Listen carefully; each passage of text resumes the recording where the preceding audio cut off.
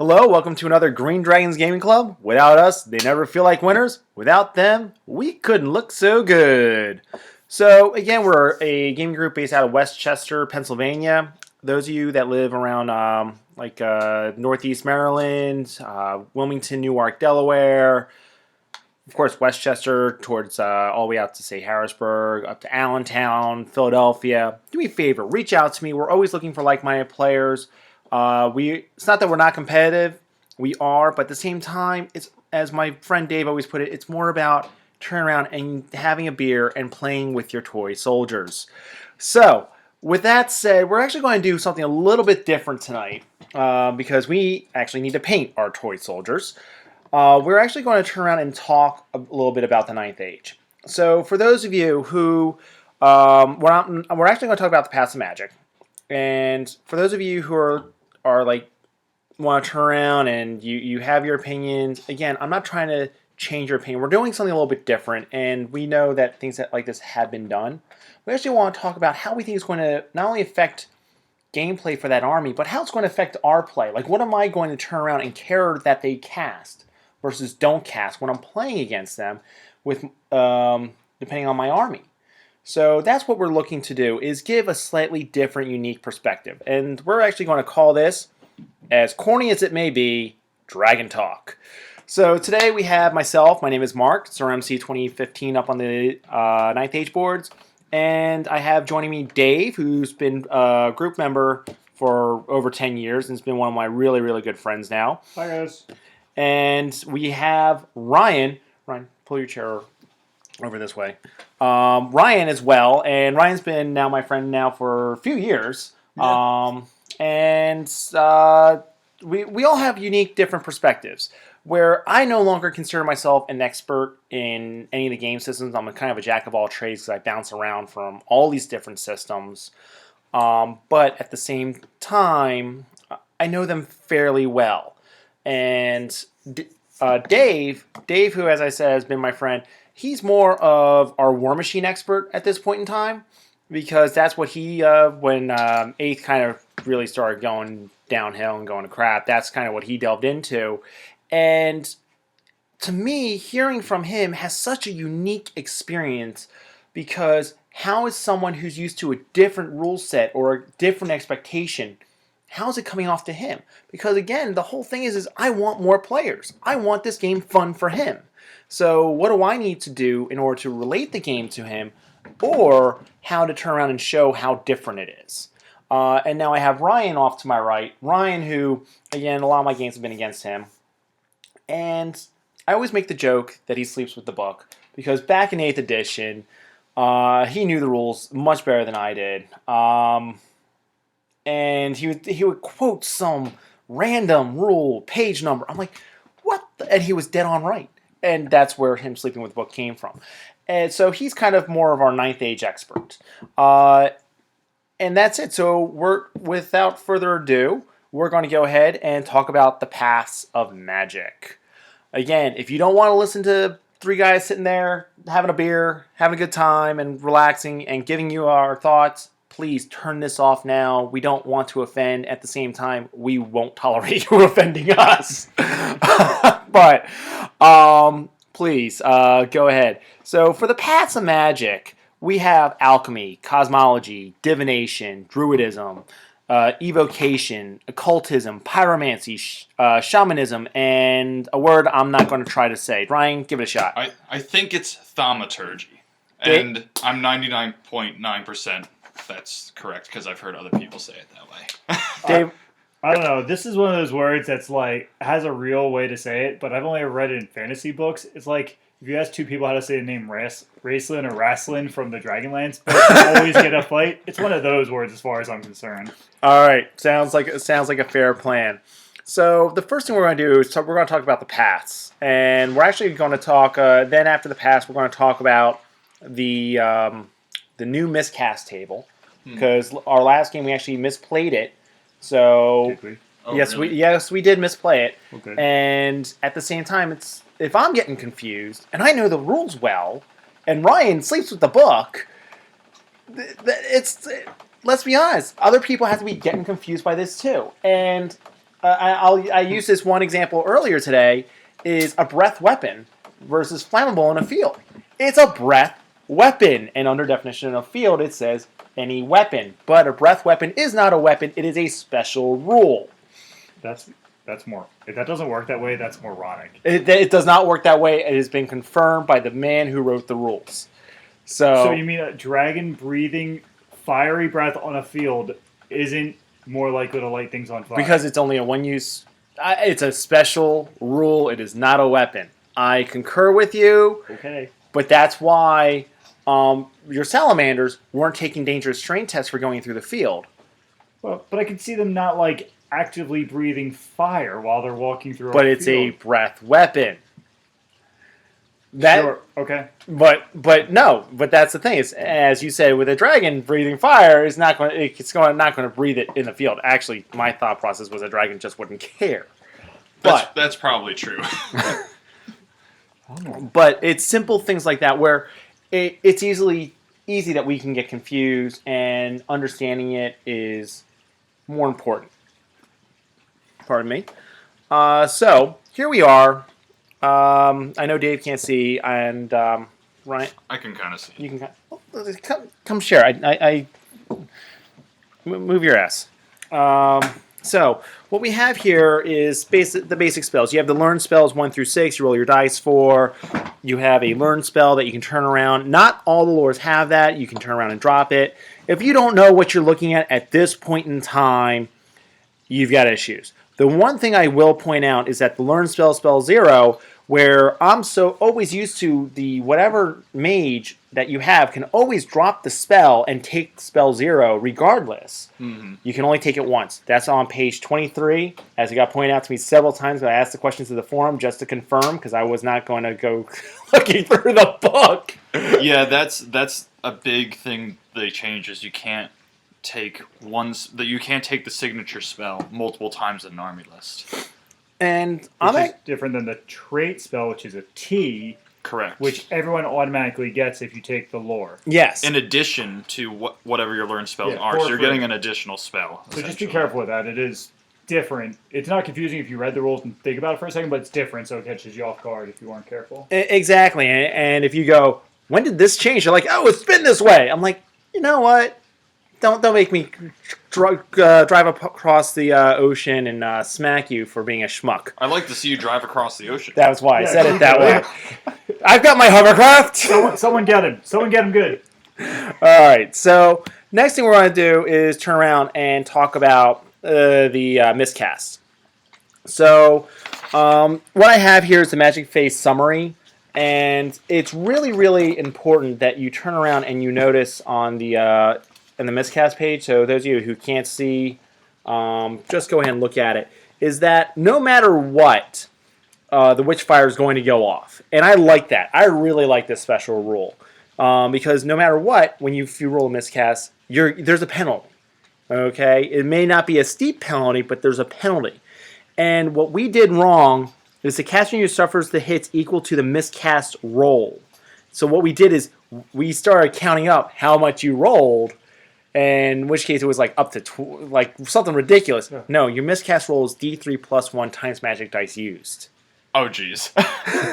we So definitely it did that still would have been wrong. those 10 models. So no matter what, it's still the way we did it wrong, but it still had the right It's effect. the D3 times the amount D3 of plus dice. 1 times It's the still dice. Times the maximum dice of the used. number of wounds in the... Still a maximum number of wounds. And that's why no matter what, we did it right. Did you get a clarity on, is it the number of remaining wounds or the number of wounds on the I profile? knew I forgot to ask that question. Okay.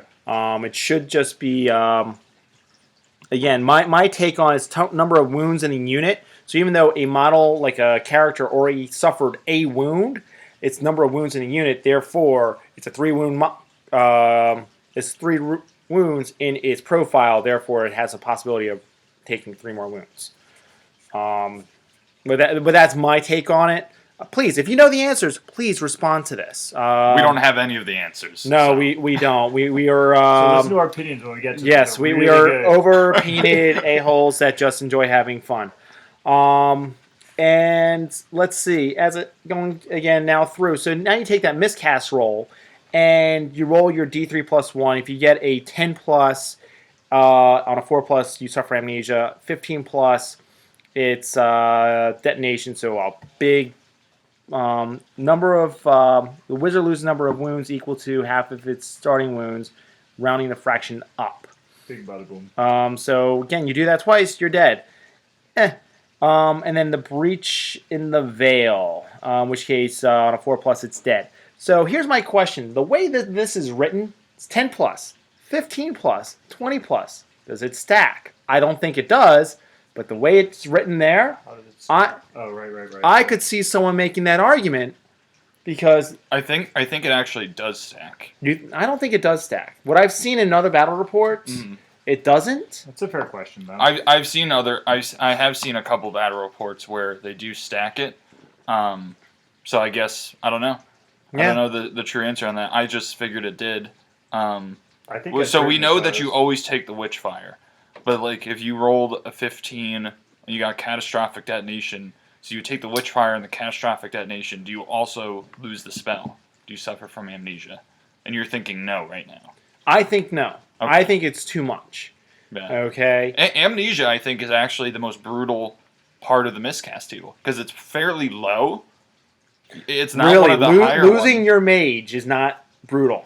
But you're rolling. You're basically having to roll 5 dice at the spell and get the miscast, and it's only a 50-50 chance that you're losing your mage. Whereas you can miscast on 2 dice or 3 dice, which is low percentage, but it happens every once in a while, and now you lose a spell. That's huge, especially if it's a really vital spell to what you want to do. I'll agree with that. But then again, right now I'm playing with dwarves, so I don't have to worry about That's that. true. Because you can't lose your mage on 2 or 3 dice No. miscasting. So that's the part why I don't think it's as devastating. You're taking much more of a risk for 4 or 5 dice, but it might be more important for you to get that spell off than to keep your mage alive, potentially, at that point. Especially if it's like a cheap level 1 guy, level 2 guy that just gets a big spell, runs down the flank if he can, throws it, that kind of thing. Like that guy, it enables that. Yeah, can you slide this way a Yeah, little bit? One of the things that I do miss from the old miscast chart were the pie plates. I understand why the pie plates are gone. I understand the rationale why. Here's the reason why I miss the pie plates is going based off this miscast table. All right, especially with Witchfire, you're going to throw the mage out by himself or with a small rinky-dink unit. So who the hell cares? All right, it's chaff, it's fodder at that point. You're not going to put them anywhere important. When it was a bubble effect, it had the potential to damage other units close to the mage on that miscast. So that's kind of what I actually do miss that a little bit. And you know, who knows? Maybe in 1.3, 1.8, 5.6, they'll bring it on back. I think people complained about it though. Just your opponent could get hurt more by you miscasting, potentially, with a. I had no big pie issues with that. Yeah, I think that's probably why they took it out. Is for that reason. I had no issues with that because if you're going up against that mage, you have to know that that's a possibility. That's true. Are there any templates anymore? They did away with templates. Yeah. They flat out just did away with templates. And there are other issues with the templates with, Oh, then you're kinda- certain round, you're trying to say, no, he's in, no, he's not in. That, and it's too close to, that old GW game that we don't talk about anymore. I hate GW with a passion because of what they did 8th edition. If anyone ever doubts me, again, this is Mark, I purely hate, despise, hope they roast over an open fire in the 7th pit of Hades, which unfortunately I don't believe in. But regardless, I hope they freaking roast and the business goes under because of the death of 8th edition that I love so much. Good. He has strong feelings. Mark has trouble expressing himself, folks. This is something new. Wow. I do like, if you're going to... So one of the things that, for me, I think has always troubled me about 8th edition or 7th edition is I don't think it translates particularly well into a tournament game in a lot of ways because of things like the template, right? Because it's easy to get in an argument about it, right? Right. Where like so we're playing in our base and we're having fun as friends, we're having a beer, whatever, cool, fine. Yes, in, no, out, whatever, don't care.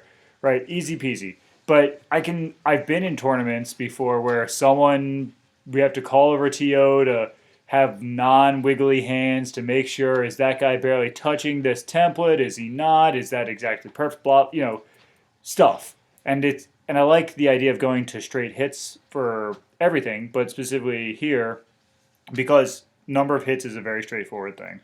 Yeah, Dave makes an excellent point, and I mean the Ninth Age has done a fantastic job so far with just about everything. But moving to some of these rules, it's two birds, one stone, because one, you're separating the game a little bit from what was Warhammer Fantasy, but two, you're doing things like Dave said. You're taking the ambiguity and the subjectivity out of it a little bit. Not that everything's super predictable; things can still be random, but it's not coming down to points of argument. Opinion. Yeah, like I'm so glad that I don't have to get down to my model level and like look through the eyes of my model to get line of sight. Oh, That was such a load. That was always a That was It's horrible. like, who thought that one up? Dude, I'm gonna look at. Anyway, so Let me tell you how much I hate. so you, staying buddy. on Paths of Magic and the miscast table. So I think the kinds of mages that you can take and try to use the miscast table to your advantage has changed a little bit from what it was last miscast, right? Yeah. Because now you can try to get that more powerful spell, and they don't look like there are nearly as many kind of ultimate super, I powered up Goku style blow no up I the win world. button. There's no like initiative test. Oh, you lost every ogre in that unit's too bad spell. We have no idea what spell you're talking about. Right, so that's good. So the level 2 that just kind of ran down, threw as many dice as he could at it, and pasted your entire army. I don't know anyone who used to do that, Ryan. No, I never would do that. So that's gone. Good. But that guy is more safe now because of the way the miscast table is and the number of wounds that can go against him with the Witchfire, I think. So I think that dude is a little more viable to get in weird positions, maybe throw fireballs or whatever kind of magic missiles, maybe at some war machines or something. I mean, there's a little bit more room for that guy to get around if he wants to by himself. I agree, as long as he doesn't throw as many dice, because otherwise the miscast table, I think, is actually pretty brutal. Oh yeah, I think it's definitely more of a risk now than it was. But one other thing that we did wrong is that if you roll on the miscast table, when I look at that miscast table, one assumption we always did is that the mage doesn't get a save of any kind. Yeah. Where does it say that? It doesn't say that anymore. It used to. It used to say that. I do not see that. I see caster's unit suffers a number of hits equal to the miscast roll. Number of hits cannot exceed magic AP 1. Oh, so I guess the mage might have a chance of. The only thing saving is if now. you roll 20 plus, no, that's where it says no saves Right. of any kind. All right, so they're trying to make it less horrendous that you lose your. So maybe your 300 point model or 400 point model loses a spell, right? Which is bad. Maybe it's a spell you really wanted, but he's not gone, Right. right? Which is so. There's one of the key concepts, which you probably know if you're listening to this, is there's point denial and there's point gathering, and there's a better word than gathering. But you can go kill the other guy's points, but sometimes there's just a lot of value in you hold on to your own points, right? Yeah. That you don't give them away. And so losing a free 400 point guy who could often be a general, who could often be a general or whatever from one bad miscast roll, that's gone, Right. right? Mostly. Unless you have ways to mitigate it at least, which is something. Yep. And So- to that point, it's still random because it's D3 plus 1, but you're Use not. the accelerant, man. It doesn't stick as well. Sorry, Dave's trying to glue I'm something. putting together my Carnosaur, and his leg isn't going on. And I don't want to use the accelerant so his leg doesn't come off later because it doesn't stick as well. This is why I stopped putting together models. But we digress. So, this is how we want to make this different. How is this going to change your playstyle? Ryan, how will this change your playstyle? Well, you and I actually had a conversation about this with the new miscast table. And I think the biggest change for me purely going off like Witchfire, is that you can really hurt the unit that you're in very easily because no matter what, every time you miscast, you're taking the Witchfire. Yep. So it is somewhat of a deterrent for people to take Death Stars, where maybe they put their mage in the second rank and they got a front line of characters. Because now your elite unit is just taking so many wounds if you happen to miscast on any roll. So I think it actually increases the value of taking specific units as mage bunkers. And for those of you who are familiar with the game, mage bunkers are going to be cheaper units, usually infantry, maybe light cavalry sometimes, that you put your mage in. And they're really there just to protect her from getting shot off the board or magicked off the board.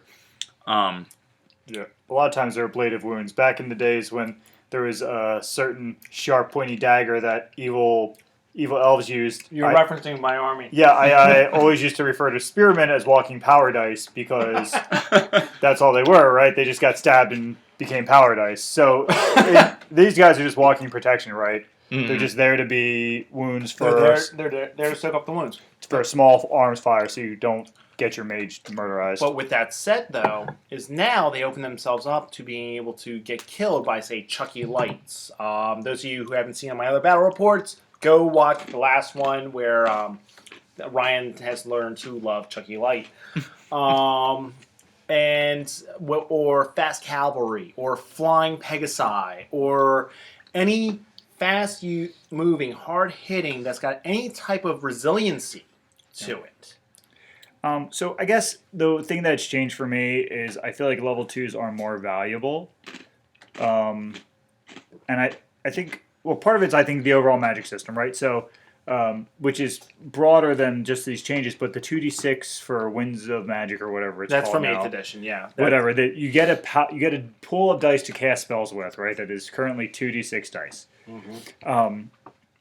And so, because that fluxes so much, and mages are so high-level mages are so expensive, so the two armies I play are Lizardmen and Ogres primarily, or Saurian Ancients and Ogre Khans. Con! And I've mucked around with other ones, but the level 4 guys, or the Masters, or whatever they were, the higher level guys that used to be Lords, are expensive. And I think level 2s do a better job of mitigating that. No, I absolutely agree with that. In which case, you get the 2. I mean, you can always take the Ring of Fire, which is a bound item, versus just taking Pyromancy. And having a bound item actually has its draws and drawbacks. The drawback is it's so easy to dispel. Your opponents are already getting a +1. So if you have a Apprentice, that's already a +2. If you have a Master on the board, that's +3. And you don't get bonuses for casting it. Unless you're a dwarf with a special magic rune. But yeah, you don't get a bonus for casting, but you don't risk blowing yourself up. So all of a sudden, it's like, I've already burned through his scroll. I need to get off that fireball to kill that Vargalak, or whatever the heck those things are called, Vargeis, or what is it called? I think it's Varkalak. Is it the big screaming angry dragon or little werewolf guys? Little werewolf guys that werewolf Ryan one. used to use. Yeah, And those guys are badass. they are badass, and I hate them. And they have 4+ regen, or a Hydra with that's granted it's only toughness 5, but it has 4 up armor regen. 4+. Anyway, so miscasts. I think miscast. We'll see what the final deal is. I like that they're more stable. They give the magic user more control, right? Mm-hmm. So one of my complaints about Ninth Age in general is the lack of control. So there's randomness in all the aspects of game, from charge distance to running to break tests to flee distances to how many magic dice to what spells you even have. So there's a lot of randomness built into the game, which is part of its charm for some folks and part of its downfalls for others. That's just a matter of opinion in a lot of ways. And that's cool, but I like that this is going to, you don't suddenly lose your 400-point guy who is, well, now would be 800-point guy, right? Which is what? A quarter of your list, a fifth of your list, because you rolled double 6 and then double 1s, right? Because you rolled 2 rolls, all of a sudden you've lost 1/4 of the game, one third of the phases, 1/4 of the phases, and 1/5 of your points, right? A big hit to you and your defense, right? So I like that this is there's a penalty for trying to throw a big spell, right? Because 20 plus is still harsh. But you don't. But you get a choice. You know you're going for the big whammy. You know you're running. I like that there's a choice. I like that it's not just, oh, I rolled 2 6s, I rolled 2 dice, I'm mitigating my chances, but I just, if you play conservative, you're not going to lose your mage, yeah, basically. Everything came up anti-Millhouse, I like that. No, absolutely. And honestly, I'm not sure if my two peers here have looked at Undying Legions or Undying Dynasties. I'm sorry, wrong army. Undying Dynasties. They actually reworked the magic specifically for that army. You start off with 7 dice plus whatever. Your opponent always has 6. Oh, that's interesting. With channeling.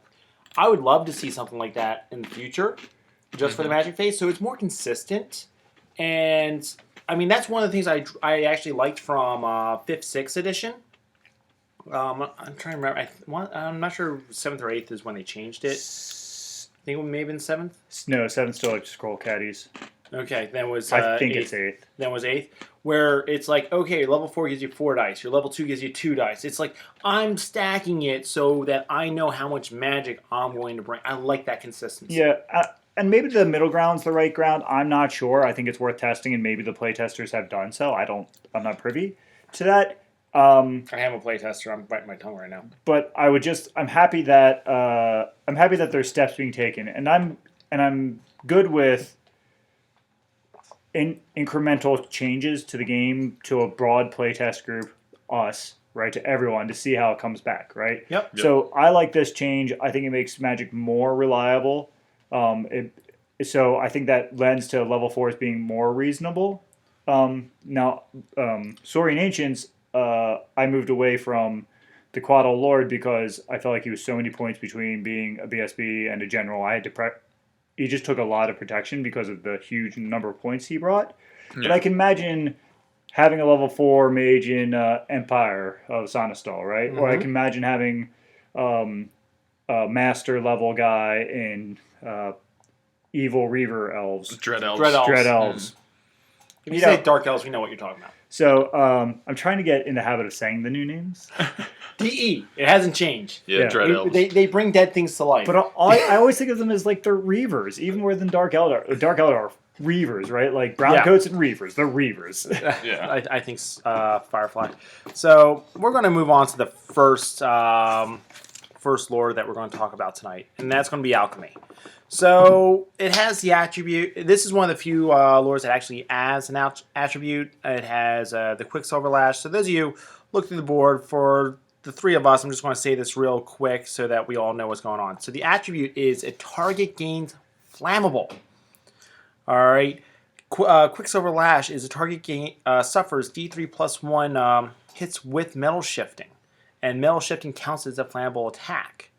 Word of Iron, target gains plus 1 iron, target suffers molten copper, magic missile, corruption of iron, minus your armor, a silver spike. It's basically a bolt thrower. It's a bolt thrower shot. Transmutation of lead. Basically says your weapons become nothing but your fists. Glory of Gold, target gains magical attacks, flaming attacks, armor piercing.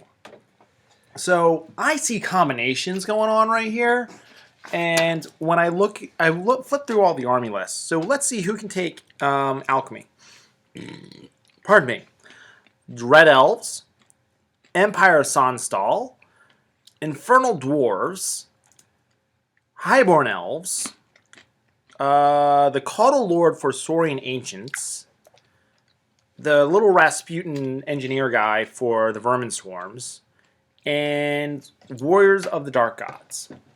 So that's who can turn around and take Alchemy. So when I'm looking at that, I'm an Infernal Dwarf player.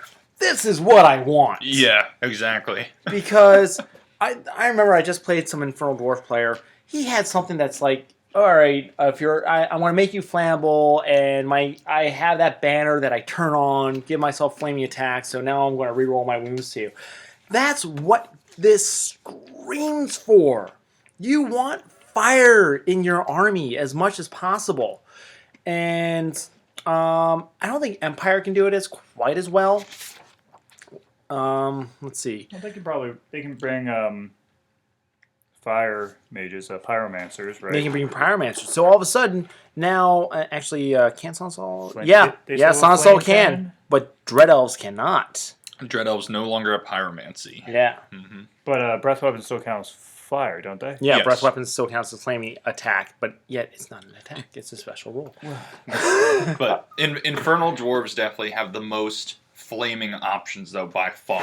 So the of flame any dwarves are army. the most flaming. Right, yes. Flamer! The most flaming. So they're Stop Clay Aiken's armies. That's what I'm trying to say. That is. And I am collecting Infernal Dwarves, so, don't get offended. Hey, pretty That's boy. the pretty boy is flaming. I'm flaming I will too. not tell Megan.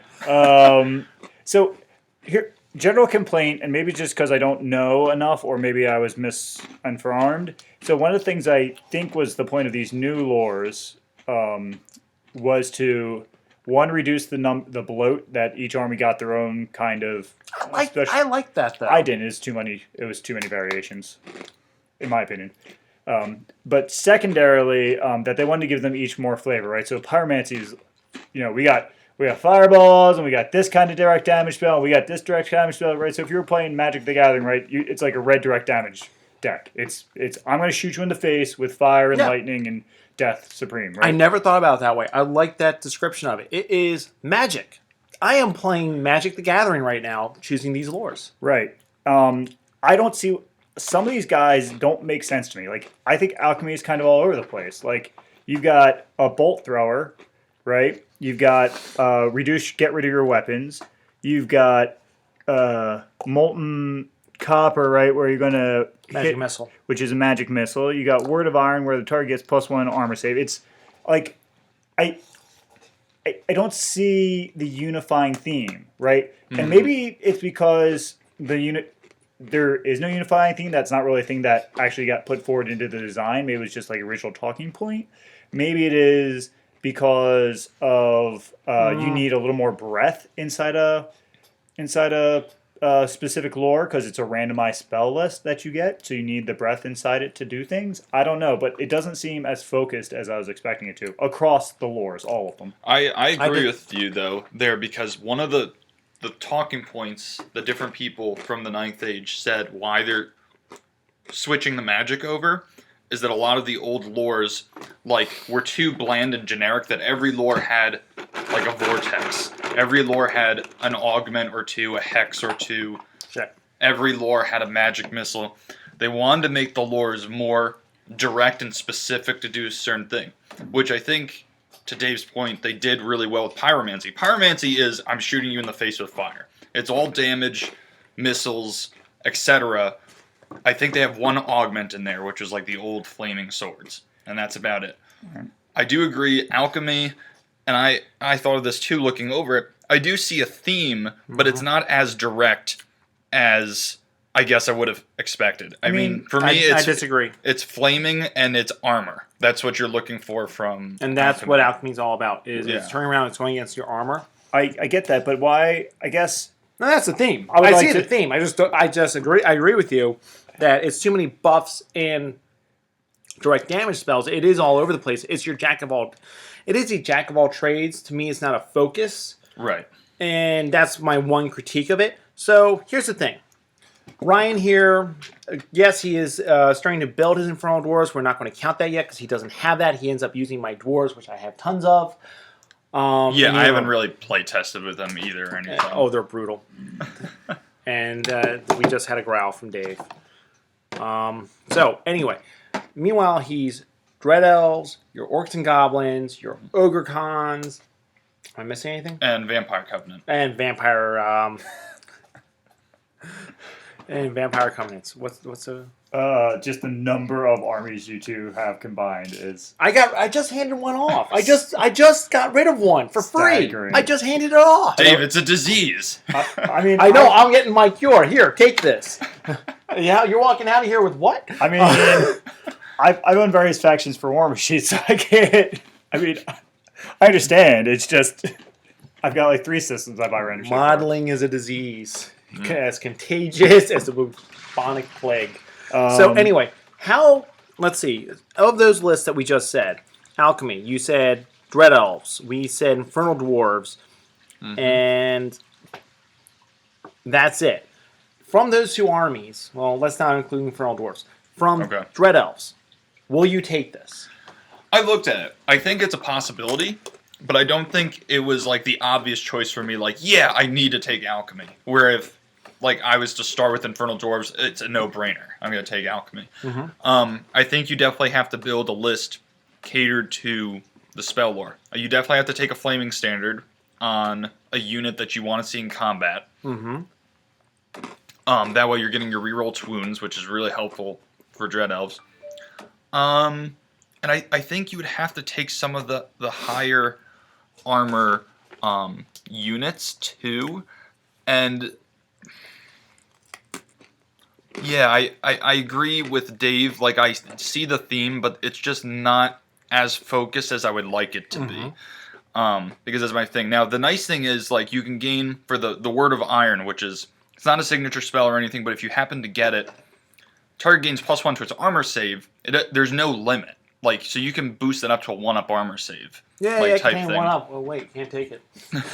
So, like, if you have a unit of Dread Knights, you can make them 1-up armor save. Or if you have a unit of, like, Corsairs, now they have a 3-up armor save. Like, that's really good. I also, That's so very I've been helpful. looking at Warriors of the Dark Gods as an army of interest. I think that's this lore looks good for them as well.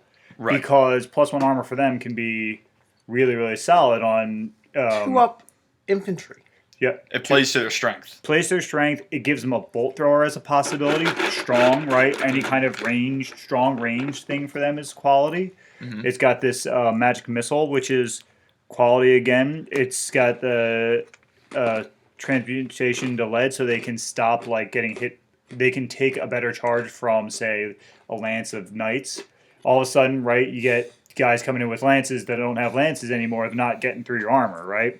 Or your toughness, yeah. Right, so I mean that really helps them survive, and they're slow, right? So they either have fast cav or slow infantry in all the way. So it helps them absorb the impact from great weapon, dread elves, or Yeah, right, your or like sword masters, whatever they get called now. You know, so I think it helps them. I think the lore is strong for them. Yeah, and So- I think Dread Elves, it can help with some weaknesses. Whereas with other armies it builds on strengths like Infernal Dwarves or the Warriors. The one, and then I'll switch this to Mark, but the one last thing I'll say that I like about the change from the old alchemy to now is the signature spell. It does less damage, but it's a lot easier to get off.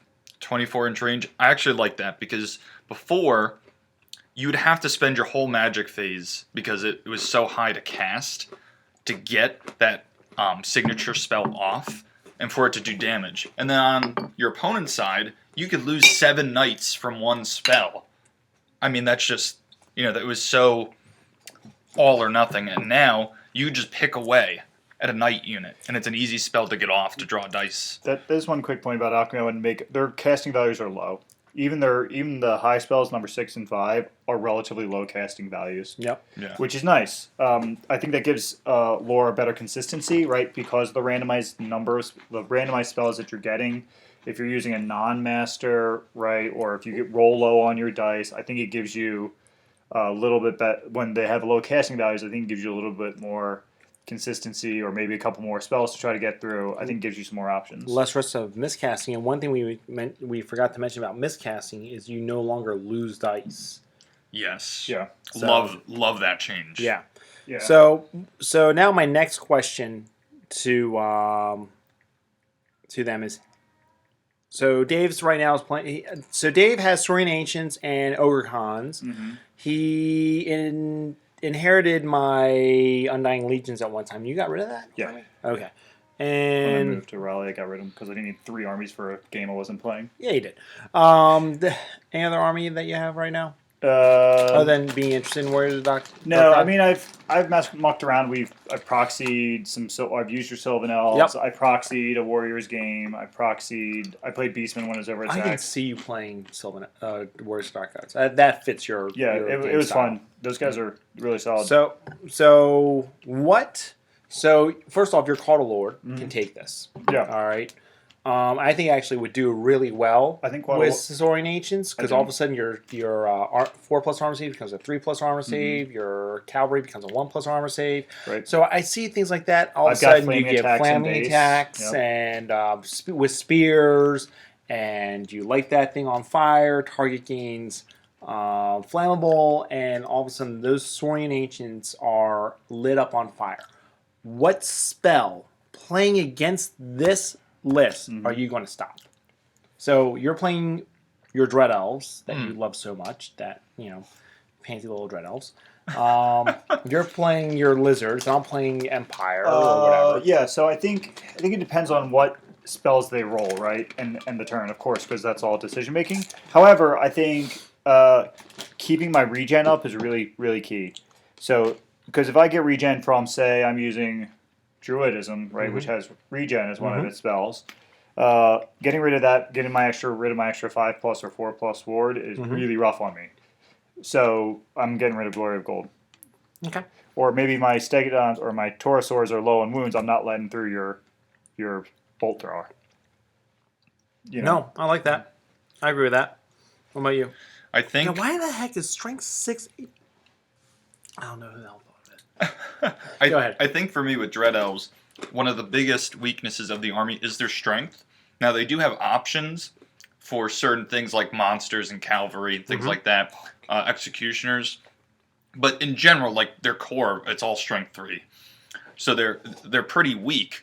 Elves in general are pretty weak. To have transmutation to lead go off on a unit like Dread Knights that just charged in or executioners or anything like that, and now you're back to strength 3, that you're going to lose that combat. There's just no way you're going to pull that out. That's like, okay, kiss that unit goodbye Unless if they're that my spell dwarves. gets off. Unless they're for- Greybeards. Right, but like, in general, like I think that spell could be particularly devastating if it gets off for like a key combat. Oh, absolutely. It's like all of a sudden, hey, look, I ran my nut with my light lance from Equitane. Oh, look, your lances are now literally made of rubber. Not only do you have rubber lance syndrome, but they're now actually made of rubber. No, I completely agree with that assessment. That's all I can say is I agree with that. All right, so moving on. Cosmology. I'm sorry, I thought of a beauty school when I first saw this. Beauty school dropout. We are flaming.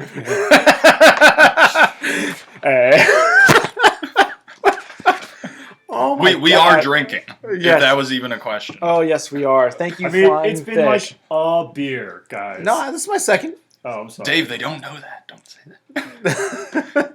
So, it has a 0 spell. It has 1 through 6.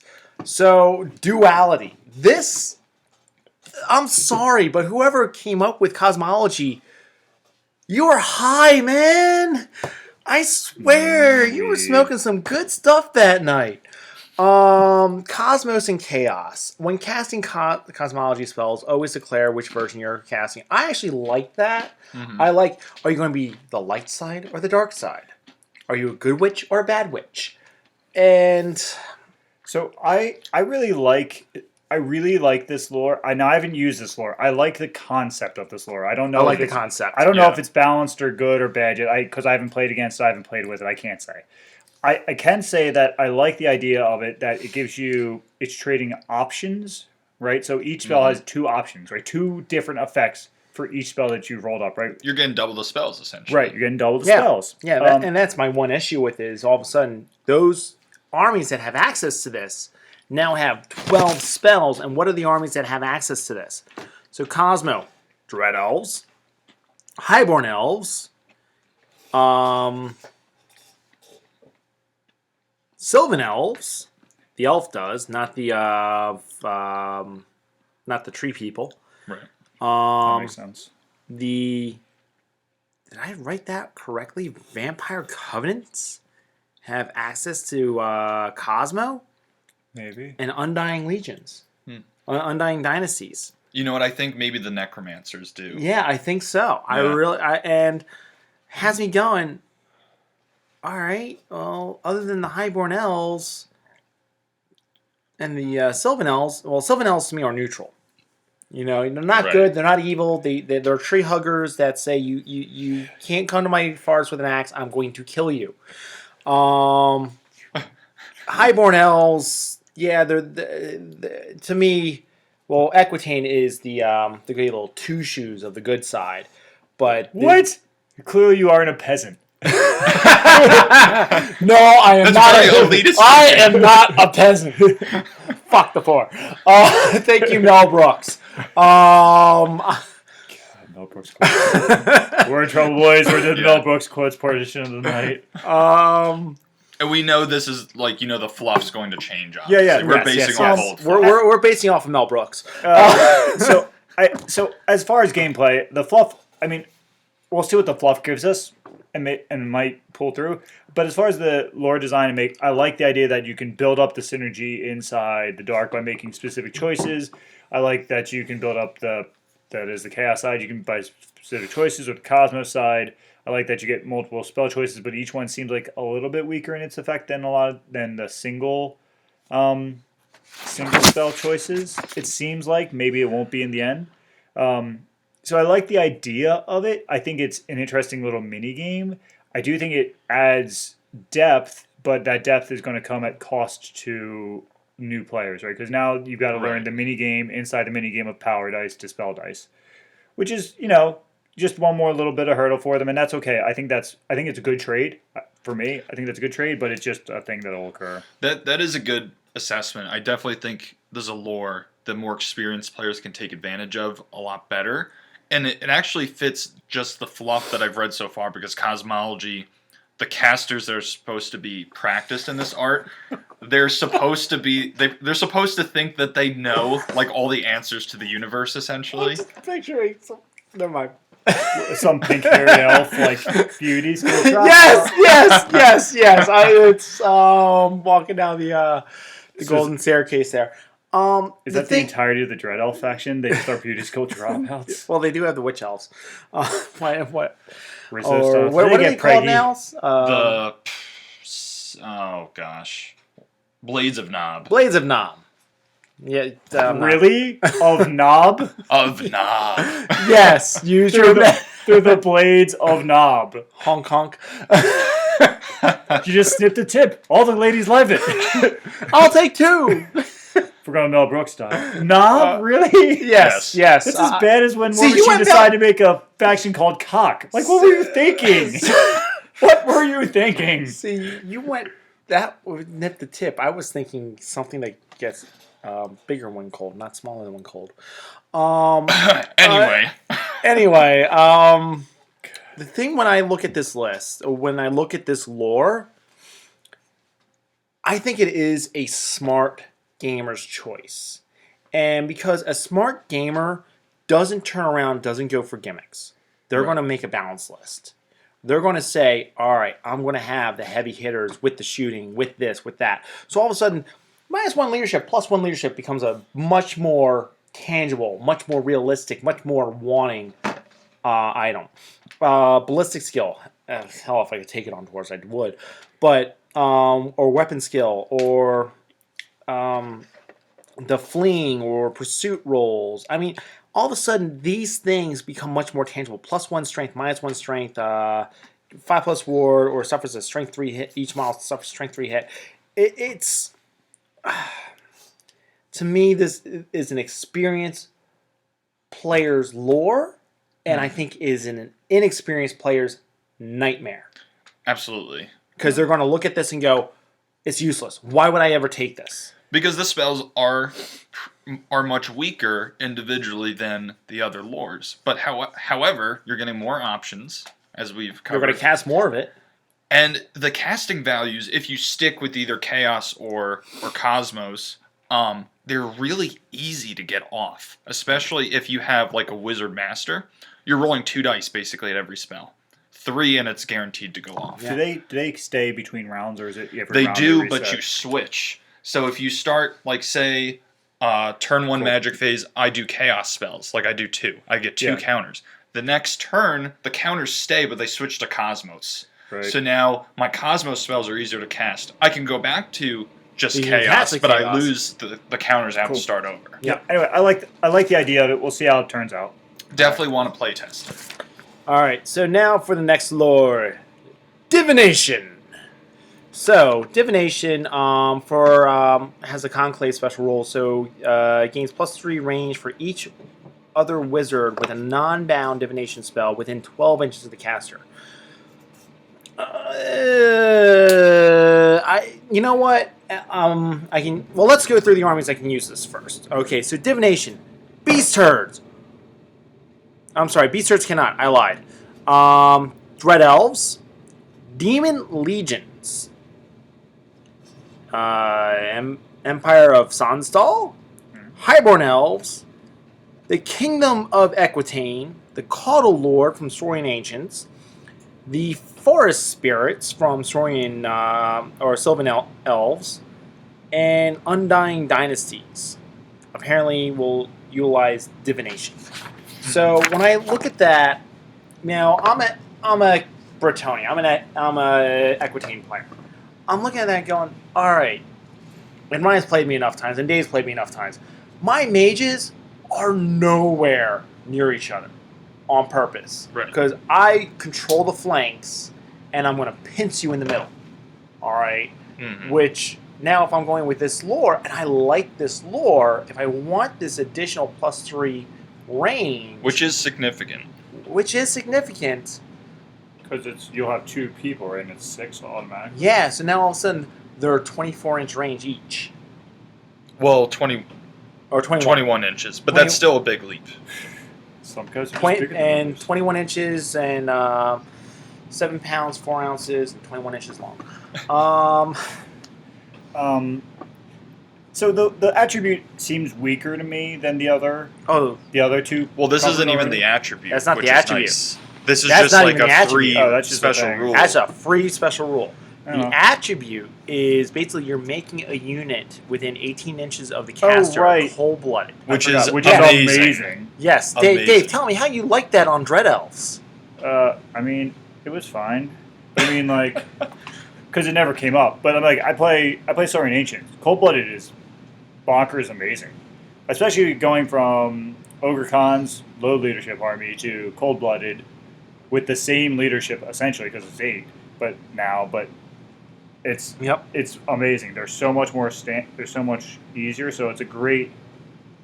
That's one of those special rules that you should not underestimate. So I definitely can speak. This is the only lore that I've actually had any experience with. I've played a couple games with it, and I do And you use it really well. like it. and you have used it well. I've liked the way you've used it. Thank you. I see this for Dread Elves as, like we talked about before, as an obvious choice for them, Equitane, absolutely. and Equitane as well. Before even looking at the spells, just because of the attribute. Stars align. For Dread Elves, they're leadership 8 for the most part, and then there are certain units that have leadership 9, so the leadership is solid. But one of the weaknesses of the army is that they can't grind. They hit really hard, but if they don't win on that initial combat and break the opponent or kill the opponent, they're going to die really quickly because they're fragile, and then they'll start breaking and everything else. I think the Executioners are a great example of that. I disagree with the grinding because they can grind. It's just you're not going to soak up the wound. You're going to die. You're going to wound, but you're going to kill your opponent first. But neither here nor there. But on the side of the lore, if you need a little help staying around, right? Or let's say Right. you charge in with somebody, right? And you're a low leadership army, let's say warriors, and you lose combat because you just bounce a little bit. They make armor saves more than they should have. You miss more than you should have. You bounce a little bit. You lose by 1 or 2. Hitting on a 7 On 3 dice. is rough.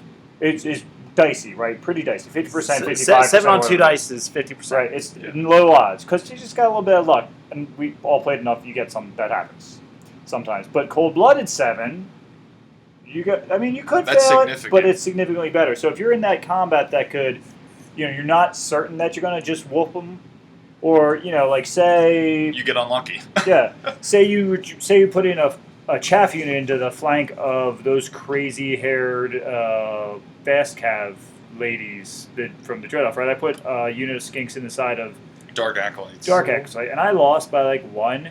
And I'm cold-blooded. I'm a cold-blooded 6. I stick for 3 rounds. Before he can break me and run them off, and they just hold up that unit for forever, effectively, right? Or a long time. That was 2 turns. Right, so That's- imagine you do that to a leadership 8 fast cav unit like Dark Riders. Put them in the flank. They lose 1, they do a couple, they lose by 1. And it helps my army actually take charges and be able to hold to countercharge, which is huge. Well, let's go through this. So Guiding Light, we went through the attribute. The 0 spell, I wish I could take this on every single mage in my Aquitaine list. The Scrying, the target gains distracting hard target. Because all of a sudden, there's my lance, my pristine, hard-hitting unit. Go ahead, you're hitting me on 5s. Right. All right, because they're weapon skill 4 at least, unless you're take the Crusaders and the Inspiring Knights. But you're hitting me on 5s. That's huge. Yes, you're hitting me on 5s. I have a 2+ armor and a 5+6+ ward save. I don't care. And you've seen me say that. I don't care. It's a great signature spell that you can automatically have with 1 mage. Yep. Because it helps in combat, helps with shooting too. Yep. On your best unit. Let's see. The Fate's Judgment. Targeting D3 to D6. That wound automatically with no ward save or regeneration saves allowed. To me, as an Aquitaine player, using this against elves, using this against anyone except dwarves, actually even dwarves, because dwarves normally only have a 4+ ward save, 4+ armor save. Think about Okay. Chucky's, right? They got no armor save. Yeah. Think about Chucky Lights. Think about the unbreakable units. Think about Flagellants. Think about if I'm playing against these other armies, and other than Warriors of Chaos and Empire Knights, the hell do I care? There's no save unless you're an armor save. Yep. That to me, I love that spell.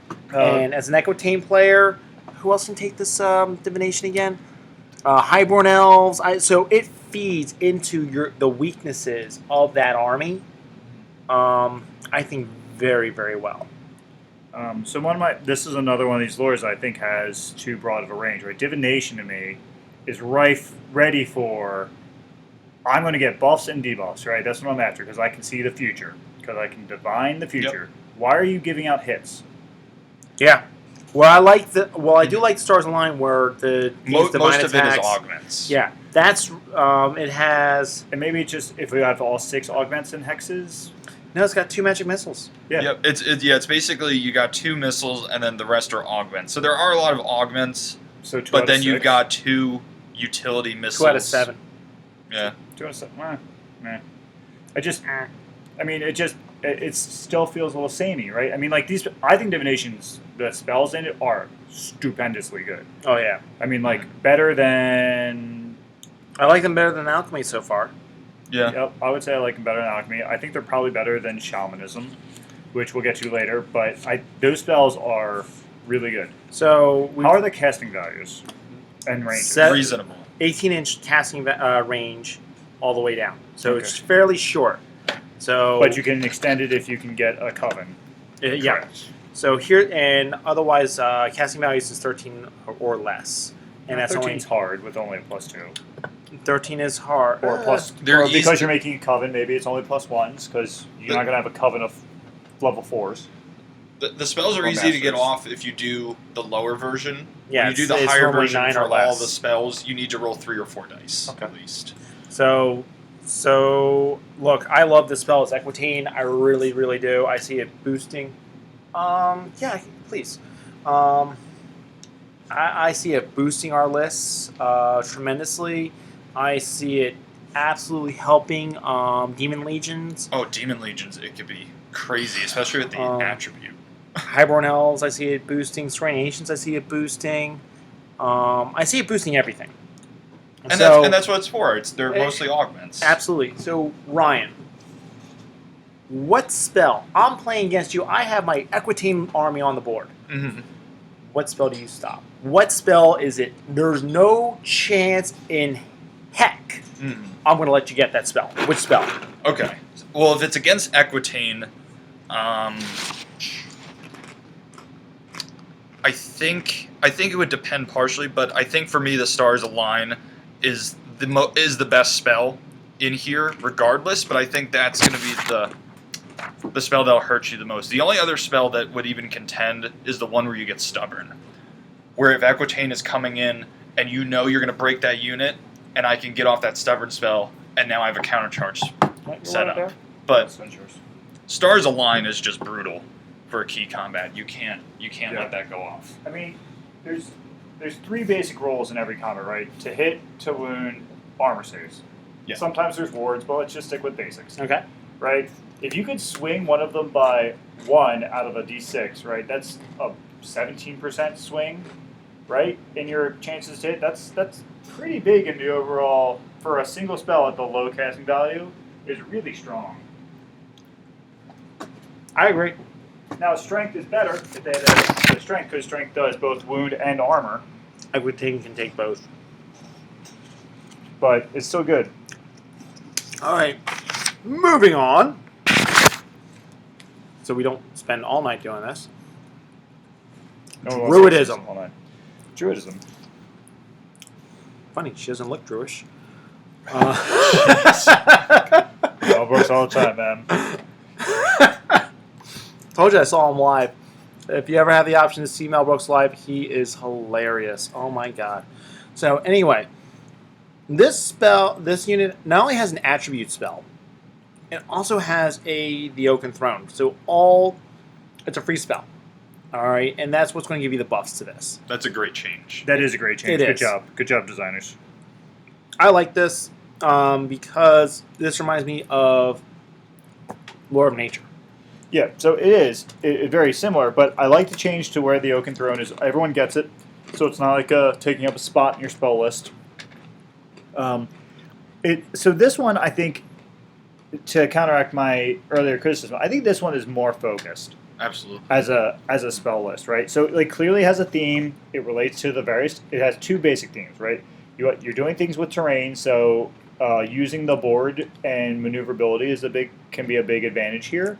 The other thing is it's got the raising in health and that kind of thing back for non-undead armies, right? So I think this one does a better job of focusing on something.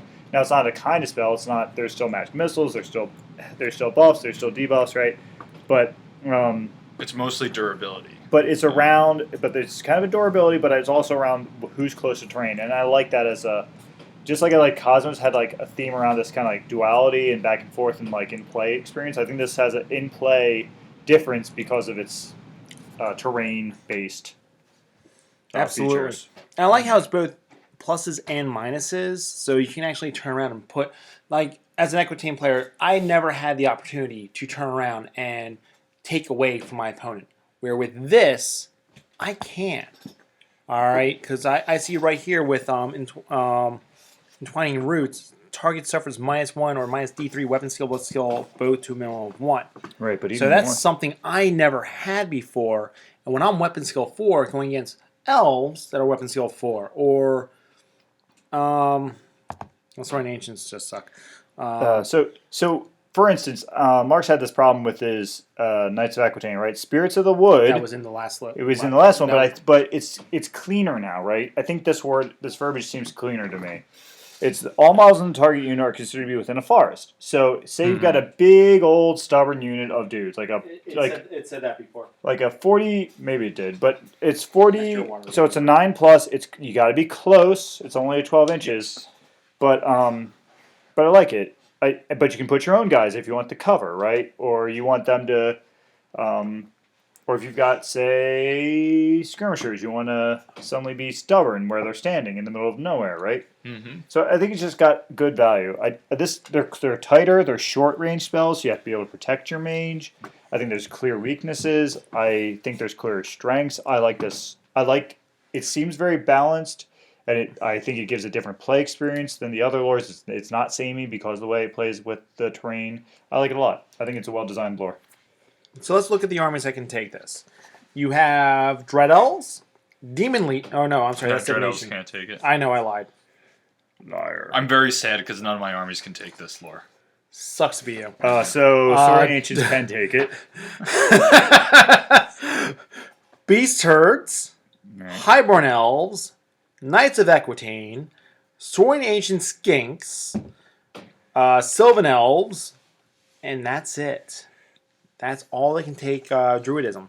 And the one thing I've noticed is I like how the creators of Ninth Age are actually creating a little bit more of a rift between who can take what lore. Yeah. Like, before, Empire could take all 8 lores of magic, all 8 wins. And then you had the special lore. So, Dread Elves could take all 8 plus their own lore. Yeah. High Elves could take all 8 and theirs. And then, didn't Saurian Ancients also... Were, Saurian Ancients had no unique lores, but the Quaddle Lords could take all 8 of the old lores, and I think High Magic. and High Magic, which was... in the so last basically they were... edition. Yeah, so basically they were the same as High Elves. Meanwhile, Orcs and Goblins only had 2 lores. They couldn't take any lores from the rulebook. They just had 2 I of thought their they own. could take Shadow and crap like that. But only, in this recent edition, they could take 2 extra. I do like, like the Vermin reduction of Swarm lores. It could only makes take it less 2. confusing, right? Because in a lot of the old lores, right, it was like, oh, look, this specific lore has this slight variation on a magic missile. Yeah. You know, like, Yeah, okay. we're not changing anything, we swear. But so I think, and I like Druidism for the armies that it says, right? Because you think about beasts, right? And you're thinking, It's Druids written all over it. Like, because first off, the fluff is changing. Those of you that are expecting GW fluff, please rethink your line of thinking. Just go to sleep and wake up refreshed, renewed, and brainwashed. Because it's no longer there. yeah, so, but I mean, I expect Sylvan Elf, right? So if Sylvan Elves didn't have it, I'd be disappointed in the direction that yes, they're taking them. but the flood, like you mitigate the what you mentally expect. Hey, look, I'm a beast. I live in the woods. Yes, I have a shaman. I have a druid. right. I'm an elf. I live in the woods. I have a druid. I pray to a woman that comes out of the lake. Yes, I have a druid. Yeah, I'm pro the changes. I also think the lore makes sense for the people that they have it for, right? So one of the things that could be interesting is is there's still tree singing, right? For Tree Singing is a special spell just for Sylvan Elves. for Sylvan Elves, right? So because this is based off of where the terrain is, you can do a combo. You can synergize. You thought you were safe. I moved this forest this 2 inches. Now I can get this spell off, right? And the way Sylvan Elves work is now anyone passing through, marching, charging, or like whatever forces a DT test. Right. So I like it. I think it seems okay. I'm using Shamanism right now in my current Saurian Ancient list, but I've got 3 monsters, right? So maybe this one makes more sense to switch to because of the Fountain of Youth, right? So every time I get a spell off, okay, yeah, you did 2 damage, you did 2 wounds to my Taurosaur, but now he's down. I cast a couple spells because I had a good magic phase somehow, and now he's back, right? So Makes sense to me. with Tree Men, with Beast Men, with or Beast, so Beast Men now, Beast Herds maybe, whatever they're called, Beast right? Herds. They've got plenty of big Grublies, right? So Yep. Nope. I already have a giant. so I like that. I like it with those guys. Otherwise, again, it's almost straight out of Lore of Nature. So if you have any questions, thoughts, comments, feel free to reference that old lore. I think Dave hit it on the head, though, pretty much. I got nothing else to add. The only thing that's important is compared to the old one is there's not dwellers under. Yeah, no more dwellers. Yep. I'm all for not having those big killy spells. It was one of my- really all. Because it my was 2 bl- game changing. It Yeah, was my absolutely. least favorite thing about 8th edition was the So spells. going on Yeah. to the By next far. slide, evocation. I'm going to hit Ryan up for this one in a moment, so bite your tongue. Okay. Thank you, pretty boy. So Pretty boy. so evocation is basically what the undead are going to want to use. I'm sorry, going back to Druidism just real quick. Just let me go back. Oh, wrong way. Druidism. Dave. Yeah. What spell? You're playing against it. Yeah. What spell do you want to stop? I think once again it depends on what's happening, but the Spirit of the Wood I think is a real key spell to pay attention to. Right, if I've got a 25 deep block of Saurian warriors, and I expect them to be stubborn on steadfast, and all of a sudden you're going to make me a farce, and I'm no longer stubborn. That's a really big deal to breaking my line. Yeah, So I agree with that. that's a real scary spell to me. Ryan, to you? I think to be honest, the one spell that is the most game changing now for me is Stone Skin, and it has been for a while. Besides the old Dwellers Below, because I don't care what you're facing. I could have my Executioner block, which is like, I think arguably one of the best hammers in the game, and no matter what they're facing, if you give them +2 or +3 toughness, that greatly increases your chances of not only sticking but of actually winning the combat. Because I mean, if you're toughness 3 base, now you're toughness 5 or toughness 6 infantry. I mean, No. So here's one that I've given this one a little thought because I used to love this spell back in the last edition. Masters of Earth. So I'm going to read this. It's only a 6 to cast, 18-inch. It's a hex, direct damage. So you have to be in my front arc, and it's a damage spell. I don't need line of sight. So hey, look, there's your War Machine that I purposely put my big chunky unit of knights so you can't see me, but you're still my front arc. Range of the spell is from the caster or an impassable piece of terrain. Alright. D6 strength 4 or 5 hits. All of a sudden I'm now dealing damage to those elite units that I purposely turn around and I'm going to force you to go near. Or I'm going after those war machines because again, when you place a war machine, you're going to hide them because of the decrease of toughness. right. You're not going to throw them out in the woods anymore or out in the open, and unless someone had poison, you're just going to throw them out there. So Master of Earth, I think, is one of those ones which I agree with Dave is situational, and Spirit of the Woods because again, as an Equitane player, I'm using that. That was always one of my things I would use. And Stone Skin was the other one. The only thing to just to make sure you're very aware of it, Druidism has very short range, so you have to be able to protect your mages and or expect them to only get 2 shots off of these spells or get them those flanks. You have to be able to get, because it's only 12 inches, right? It's short range. So just be aware of that when you're designing your lists. Yeah, or it's from a forest piece of terrain or things like that. So depends on the board. Yep. All right. Going back to evocation again, Ryan, bite your tongue. So the T spell is the invocation of soul. So I turn around, I looked at say Vampire Covenant real quick. Is that skeletons only get to raise D6 plus something, where zombies are 3d6 zombies. So that's the way the evocation trait spell works. And if you don't have that, then you gain either fear and immune to psychology. Then the rest of the lore is actually useful for everybody else. So it's no longer just for dead things. Yeah, I think that's one of the nice changes. I think they did a good job here as well. To not make the undead, to give the undead clear lore that is, we're raising things. But also make it valuable to everyone else, right? If you're collapsing the lores into less of them, you had to do that. And I think they did a good job because fear is really powerful now, right? It's a -1 leadership, plus all the old fear stuff, plus immune to sight can be really useful. So it's really nice. The other thing that I really like about this basic T spell is that it gives them another lever to pull during the balancing phase, right? Which is always good game design. So they can say, instead of wrapping the number of wounds healed into spell based on like infantry or cavalry or monsters, right? It is based on the unit, and that will be in the unit description. So let's say zombies turn out to be the bee's knees. They're amazing. You can increase 1 point, or you can decrease their evocation, the amount that they get brought back, or you can change their skills or what. There's things you can do, right? And I like having more things to be able to use as levers. I think that's smart design.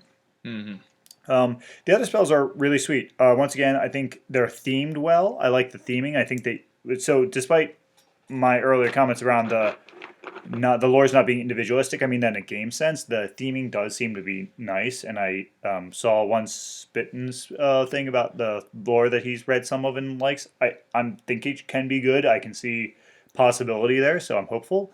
But I think the lore itself is useful to everyone, but not. It's once again kind of too broad, too not focused into a specific use for me.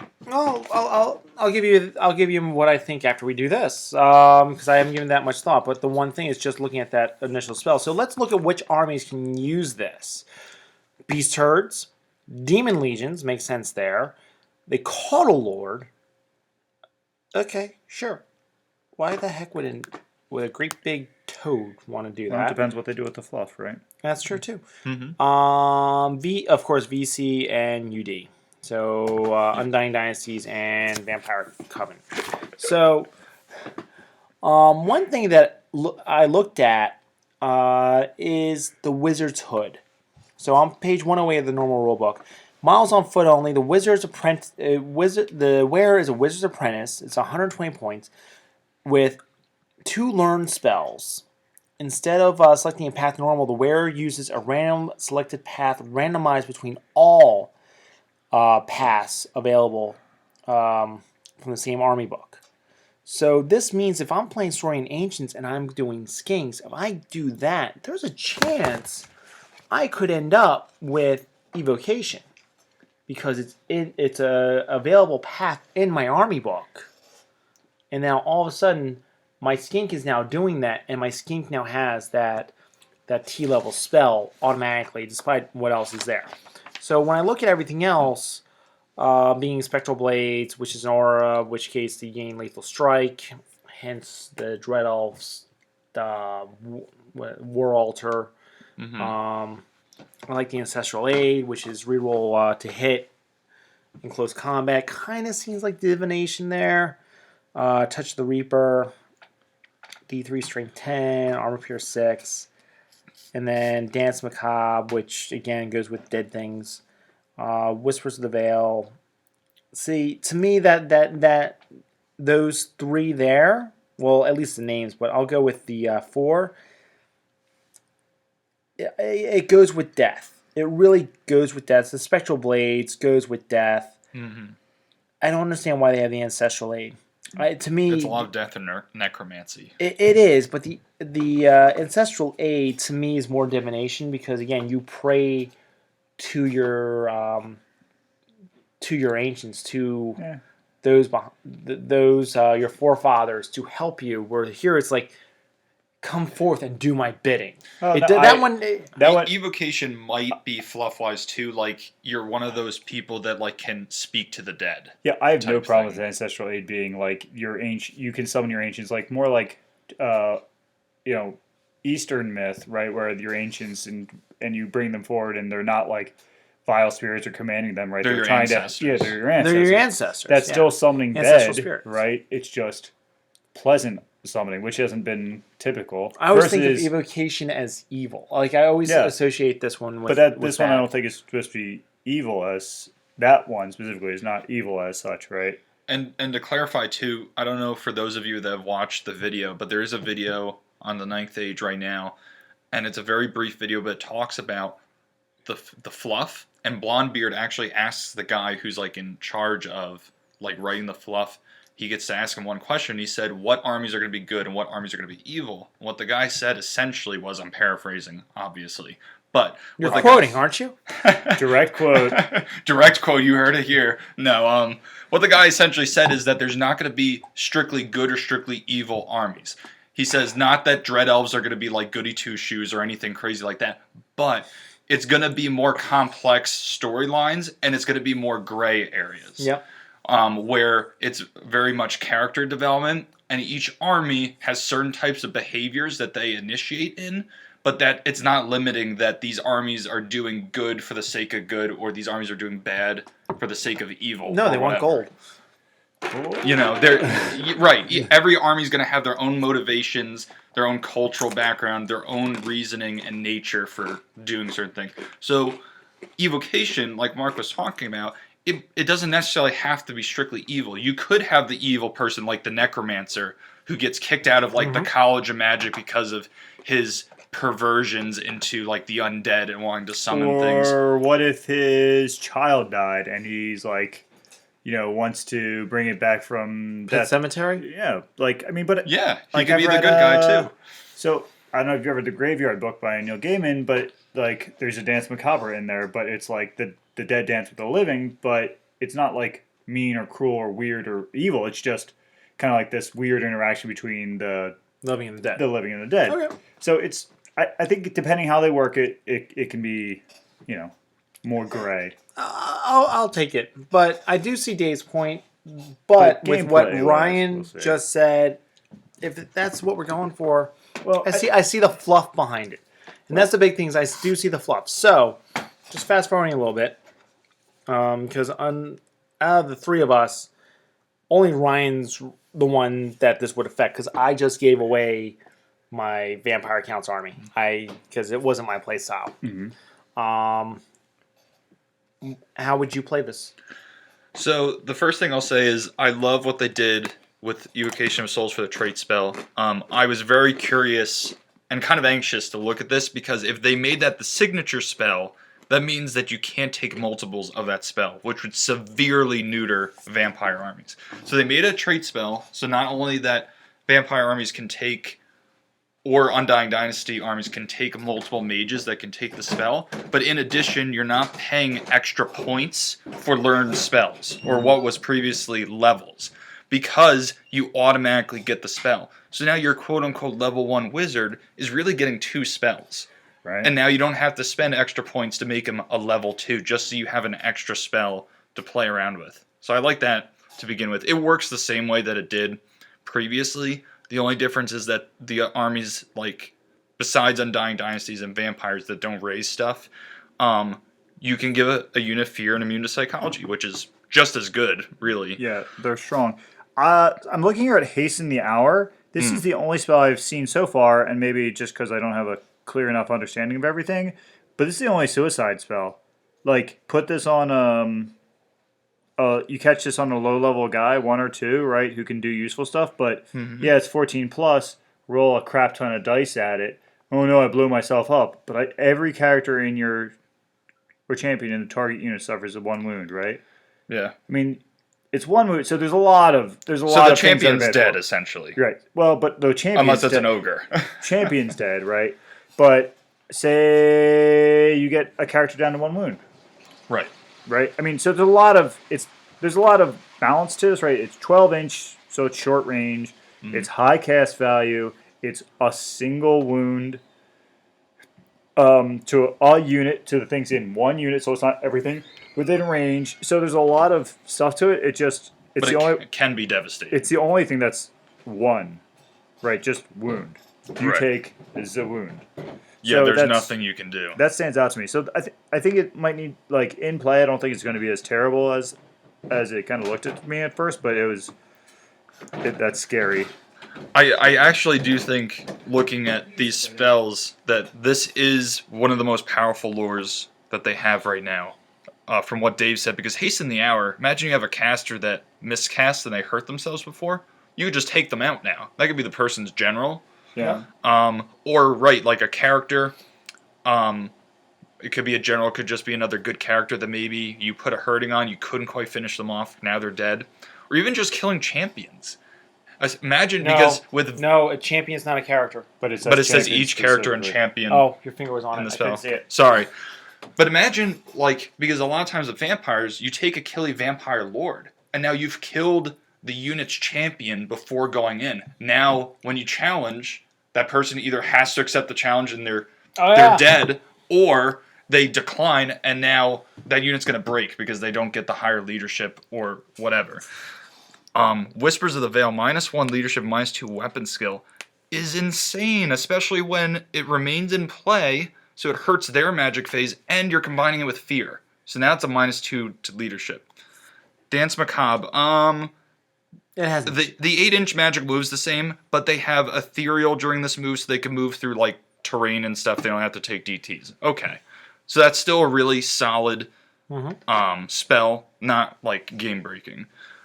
Touch of the Reaper, that's DC, game changing Strength 10, AP 6. because it's Why, focused. why AP 6 with Strength 10? Is that necessary? That's true. it's Really? What? It's leadership. It's true. That is true. That's a little They redundant. really don't want your armor getting there. Wait, when rolling to wound with this attack, substitute the target's toughness for its leadership. Okay. So it's harder to wound, but it's still your. But it's still armor is game gone, breaking yeah. because you could kill a general or a BSB in The one reason why. shot. So take Equitane where you get your higher ward save. I understand that, but why the AP 6? Because you get the higher ward save. All right, I'm with you there. All right. Rerolling failed to hit rolls with close combat and shooting attacks is solid. Spectral Blades targets lethal strike if it has a reroll to wound in close combat. This spell line I think is by far the best spell line in the book that I've seen so far. Every spell in here is extremely useful. Yeah. I think Extremely useful, and you can't let them go off. Touch of the Reaper. You just can't. You can't take the chance that you're going to lose your general on that spell. I think Yeah, it's divination focus, about yeah. this. You know? is about as useful as this. It's useful, but I think this has potential to be devastating. So differences. It does have potentially devastating. Low cast values, short range. Short range is the only thing. No, it's that- boostable. Look, No. the Touch of the Reaper, 24-inch range with a 10 plus. All right, so I need an 8. I need 9. I'm throwing 3 dice. Yeah. And if you're playing Undying Dynasties or Vampires, getting into short range is not that big of a deal. No, but one of the biggest differences that I see is you actually have to pull up the army books, which we are not doing because that's not what we're talking about this Dragon Talk. Is when you look at the actual armies, though. I think, let's go with Vampire Covenant. You're going to see more zombie hordes versus skeletons now, because now you're only getting D6. It's no longer that fluctuating. Well, it's the same as they got before. It's like D6 plus 3 or D6 plus 4, but zombies are getting 3d6. 3d6. Instead of 2d6. I think skellies were still nerfed a little bit. I don't think so. I think they've stayed relatively the same. And I actually think zombies are, because it used to be 2d6 plus the wizard level, but now it's just 3d6. So on average, you're getting 9 or 10 zombies. No. All right, D6 plus 4 is for skellies, Yeah. and same for ghouls, but 3d6 for zombies, regardless of your caster. So, all right. So, Dave, you're playing your Saurian Ancients. You're playing your ogres. What spell do you say? There's not a chance that spell's going to see a light of day. I mean, it's hard for all of them are scary, right?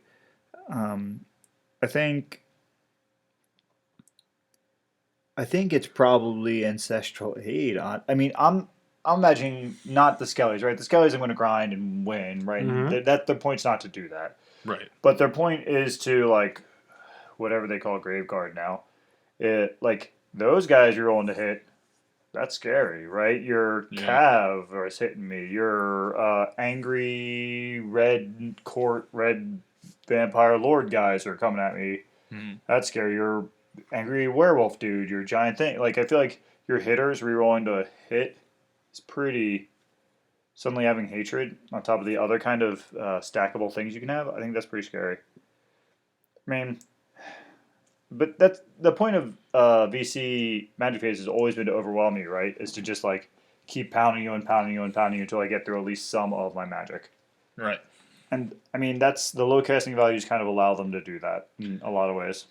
Yeah. So it's hard for me to say which one's going to have to stop because they're all bad. And to Dave's point, I think like spells like Spectral Blades and Ancestral Aid play specifically to Barrow Guard and Tomb Guard.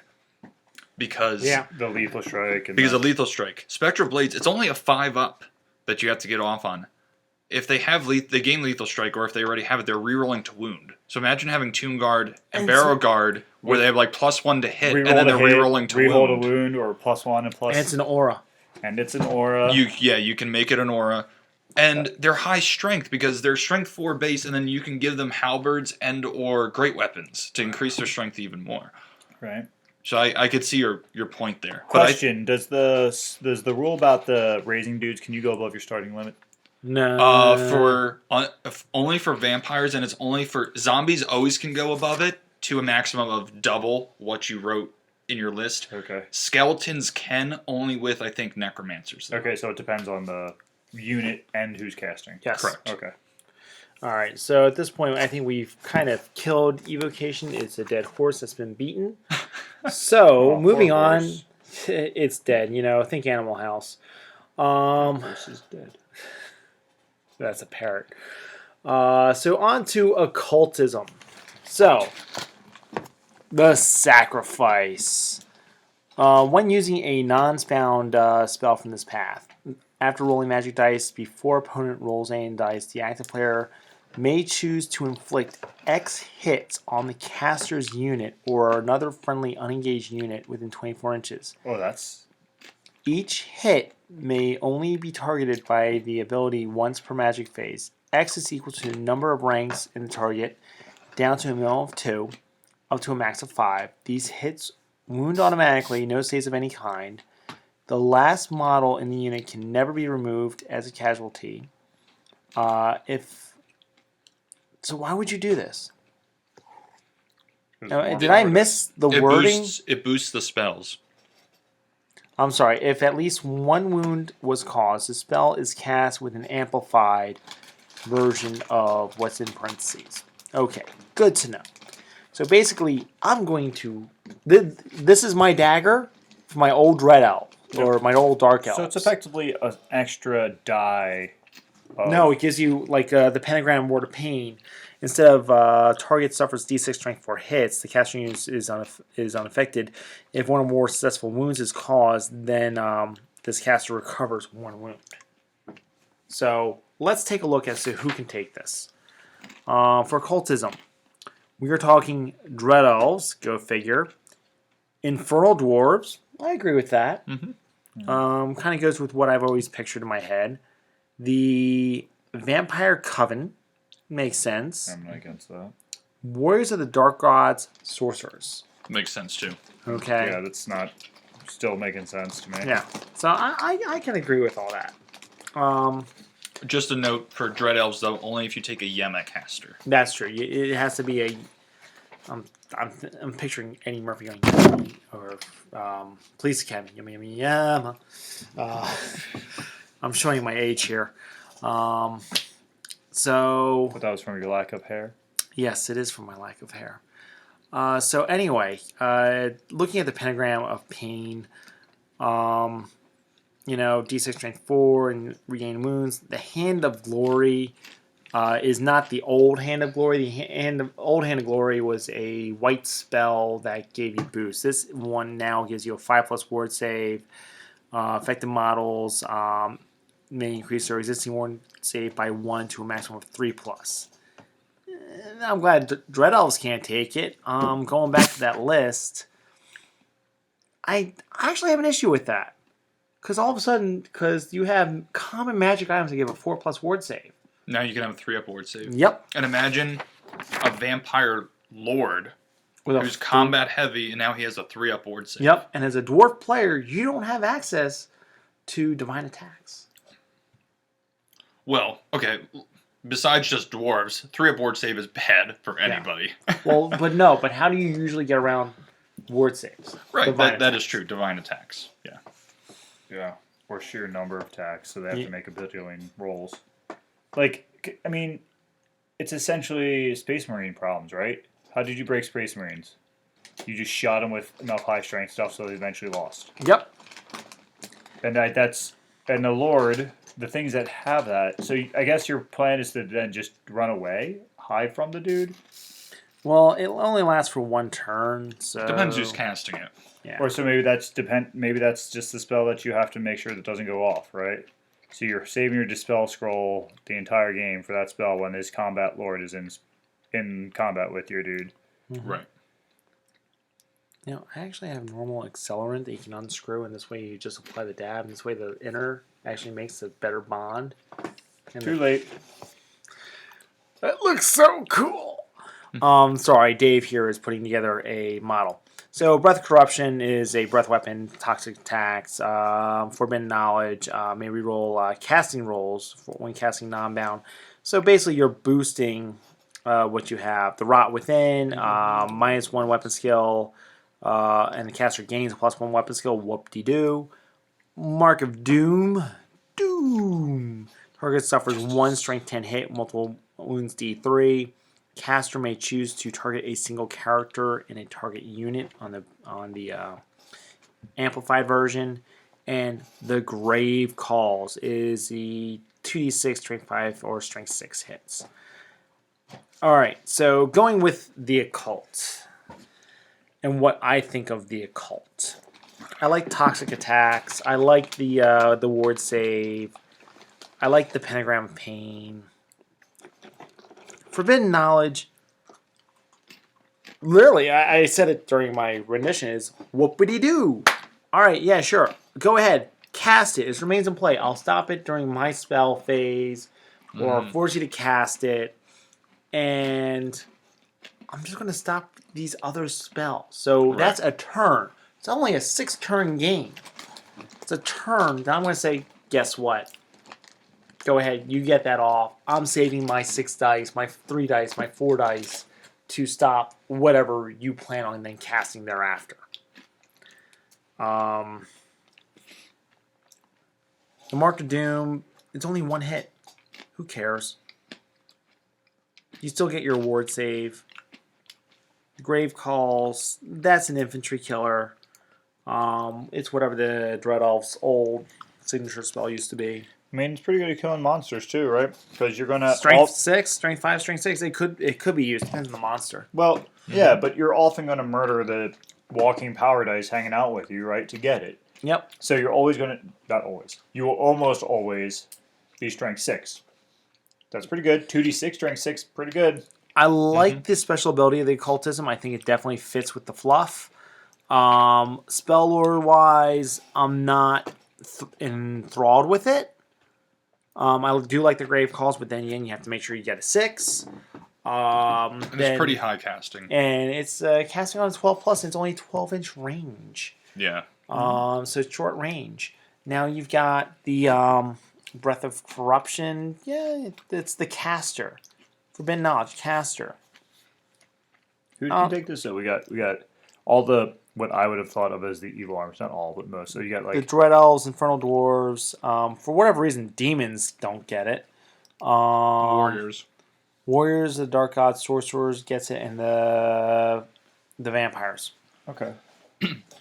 So this is what I noticed from occultism. As Mark said, I think it's very fluffy. I think it fits well. It's all about sacrifice, making yourself stronger through sacrifice. Of others. Of others. Right. Yeah, never of yourself. Yes, Yeah. exactly. Come on now. Don't be silly. What I see the theme for this, though, is this is a caster that's going to be in combat. Yeah, And it helps the caster become, for the most part, much better in combat. So for Dread Elves, I don't see this having as much of a use. Like, the Dark Acolytes get 2 free spells from this, and that's good for them because the one is the Grave Calls, which is a damage spell, and the other one is a breath weapon. So they're both basically ranged spells that they can use, and they're a unit that can be in combat. But if I'm taking a mage with Yemma, I don't want her in combat. The only possible thing that she could do that's even worthwhile is take a Pegasus with the Pentagram of Pain and just fly between units. But you're talking about vampires, warriors. What was the other? Warriors are good. Vampires are good. Warriors You are- can put on Vampire Lord. No, okay. I heard Warriors of Good. I'm like, no, the Warriors are not of Look, good. in Yeah. my fluff, they are. All right. are Vampires, slightly Warriors, the Infernal Dwarves, and the Dread Elves. Okay, so Infernal Dwarves less so, but still could do it. Infernal Dwarves, made for Warriors, combat, and yeah. Vampires all have casters that are probably going to be in combat and can do really well in close combat. I'll So agree with that. occultism actually could be very helpful for those armies. Is there any spell, I want to start with you, Ryan, since I started with Dave last time, that says, no, you will never get this skill off when I'm playing against you? Obviously, it always depends on the situation, but in general, okay, because I know this is what you mean. Thank you. Thank you yes, very I know this is what you mean. I think the marked for Doom, because it's a wait. Oh no, it's not a focus spell. Never mind. I take that back.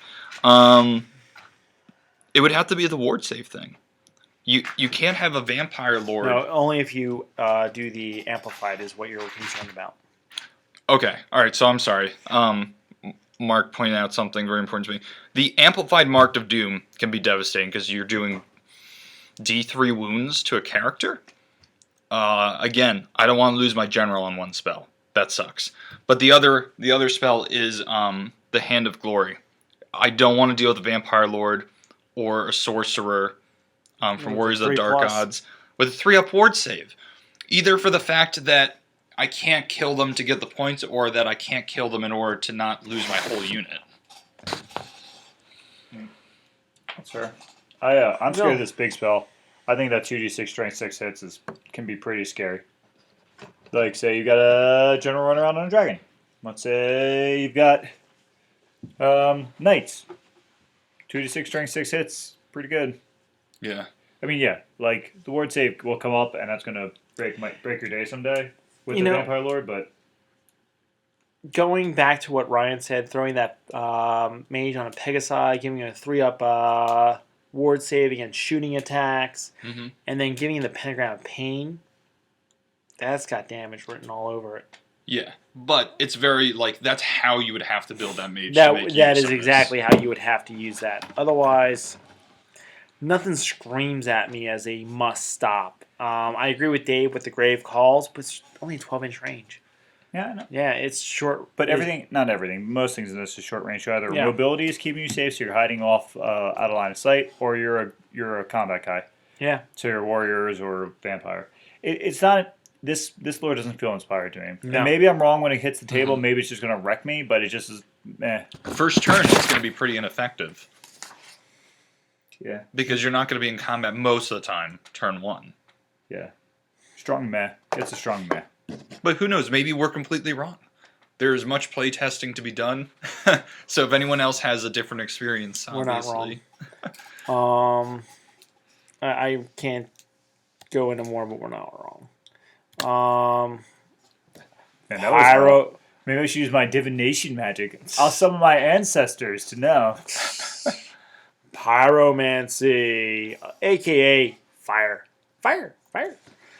All right, so Great Cornholio, known as Dave. Yeah. And the great Cornholio.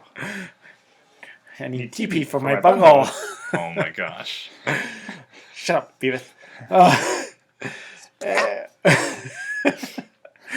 As the beers keep flowing here. We have Fireball, the pyroclastic flow. They're just making up words now. No shit. I mean, Pardon my language. That's vaguely like a word. Flows a no, flow is a word. I bet you pyroclastic is a word. I'm gonna say that was not the most pleasant thought I've ever had when I imagined what that might be. So, well, since you put it that way. Thanks, brain. Great job. What are we gonna do today, Brian? The same thing we do every night. Try to take over the world. All right, so this guy, right? This is when we first started this whole discussion. This was one of the lores we said, "Hey, clear goals, right? Correct. Clear gameplay goals. Right, we're gonna throw fire. That's what we're gonna do. So, Pyroclastic Flows does direct damage. Cascading Fire does damage, right? Yep. Scorching Salvo does damage. Immolation. Place a round 3-inch diameter marker.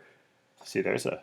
Yeah, but it's a 3-inch. You can throw down a 3-inch template. Yeah. But it's not. At the end of each phase, each unit that has been in contact with the marker suffers an area attack 4, strength 4. Yeah. Like, You never want to. You never want to have a burning Basically, sensation after the contact. It's a bad Never good. touch. Right. Bad touch. You're throwing a ring of fire down. Yeah. Is it a burning ring of fire? I believe so. But do you have to wear black when you walk through it, or that's Johnny Cash for all those people that are either too young and or not into bad American music. Flaming Swords is swords makes them harder to hit, but the other one's more damage. So this guy is clearly like it goes to me, and let's check the armies that like this. I will, but before we do that, I Yeah. do want to say that pyroclastic is actually a word, hence the Merriam's dictionary. It is formed by or involving fragmentation as a result of volcanic or igneous action. Wow. So whoever fargan named this spell, This is like the SAT word of the day. I think it is. SAT word. Hey, look, my Oh. wife's a college counselor. All right. My brother Oh. used some word, and then my brother used some giant word that I never heard of yesterday, and I can't remember it offhand. Brogdingnagium. And then he was like, or other, pretentious word. He was like, and extra pretentious words. I'm like, you mean like the last one? Like, I have a pretty decent vocabulary, but that one housed me. Anyway, best story. So, Empire of Sunstall, Infernal Dwarves, Highborn Elves, Ogre Cons, Orcs and Goblins. I'm surprised about that one. It's But there. You've seen it. only the orcs. Oh no, I know they have it. I'm just surprised that they got that. Well, I can see them dancing around fire and like praising it and stuff. Yeah, no, they Like, both that's- can. They both can. Orcs or goblins, I think. Yeah. only Saurian got- Ancient Cicada Lord, and that's it. So, Empire. I see it being a direct damage. I see it kind of going with Wait, the. warriors didn't get it? Yeah, that is interesting. Warriors didn't get it. I'll, And Dread Elves didn't get it either. yeah. That's is surprising. Curious to me. As a design space issue, right? Like fluff is fluff, and that I consider that separate from the game, right? You can make up any fluff you want to make fit the rules. So I may have missed it. I don't think I did. I'll so- triple check so myself. warriors. No, I think you're right. Warriors I think I am, too. substituted their having no shooting essentially, So they don't even get shooting from magic. but they used to get as shooting much. from magic, right? Yeah. You used to be able to throw some magic missiles to take care of. Well, they can take alchemy, so that's shooting, and So it has some shooting, but pyromancy. So back to one of my uncomfortabilities with magic is you have random spells, right? Right. Except for spell 0, which you can always have. And so before you go into that, they can't do anything like that. One of the spells that at least the Demon Prince can is not that spell, not that lore, is that still random. it's random, but then there's your shooting. All right. So I'm surprised they don't have it, but maybe they make it up in thaumaturgy. Thaumaturgy. Tame potato ADHD. Anyway, so pyromancy, if it's strong enough, is it good enough? Is the strength and hits gonna figure it out? I mean, there was enough magic missiles in the last edition to like have experimented with different kinds of magic missiles and the different kinds.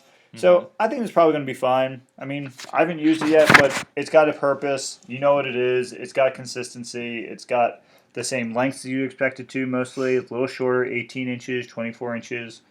Like, it's good. It seems very straightforward. The major change though that I see is that Pyroclastic Flow, which was Fireball, is not a signature spell. So you're not guaranteed to have it. So you can't just take a little mage and guarantee to have Fireball. You'll have what we call Fireball now, but it's only the D3 plus 1. strength 4 You're hits. not getting So it's those 2 to 4 guaranteed hits.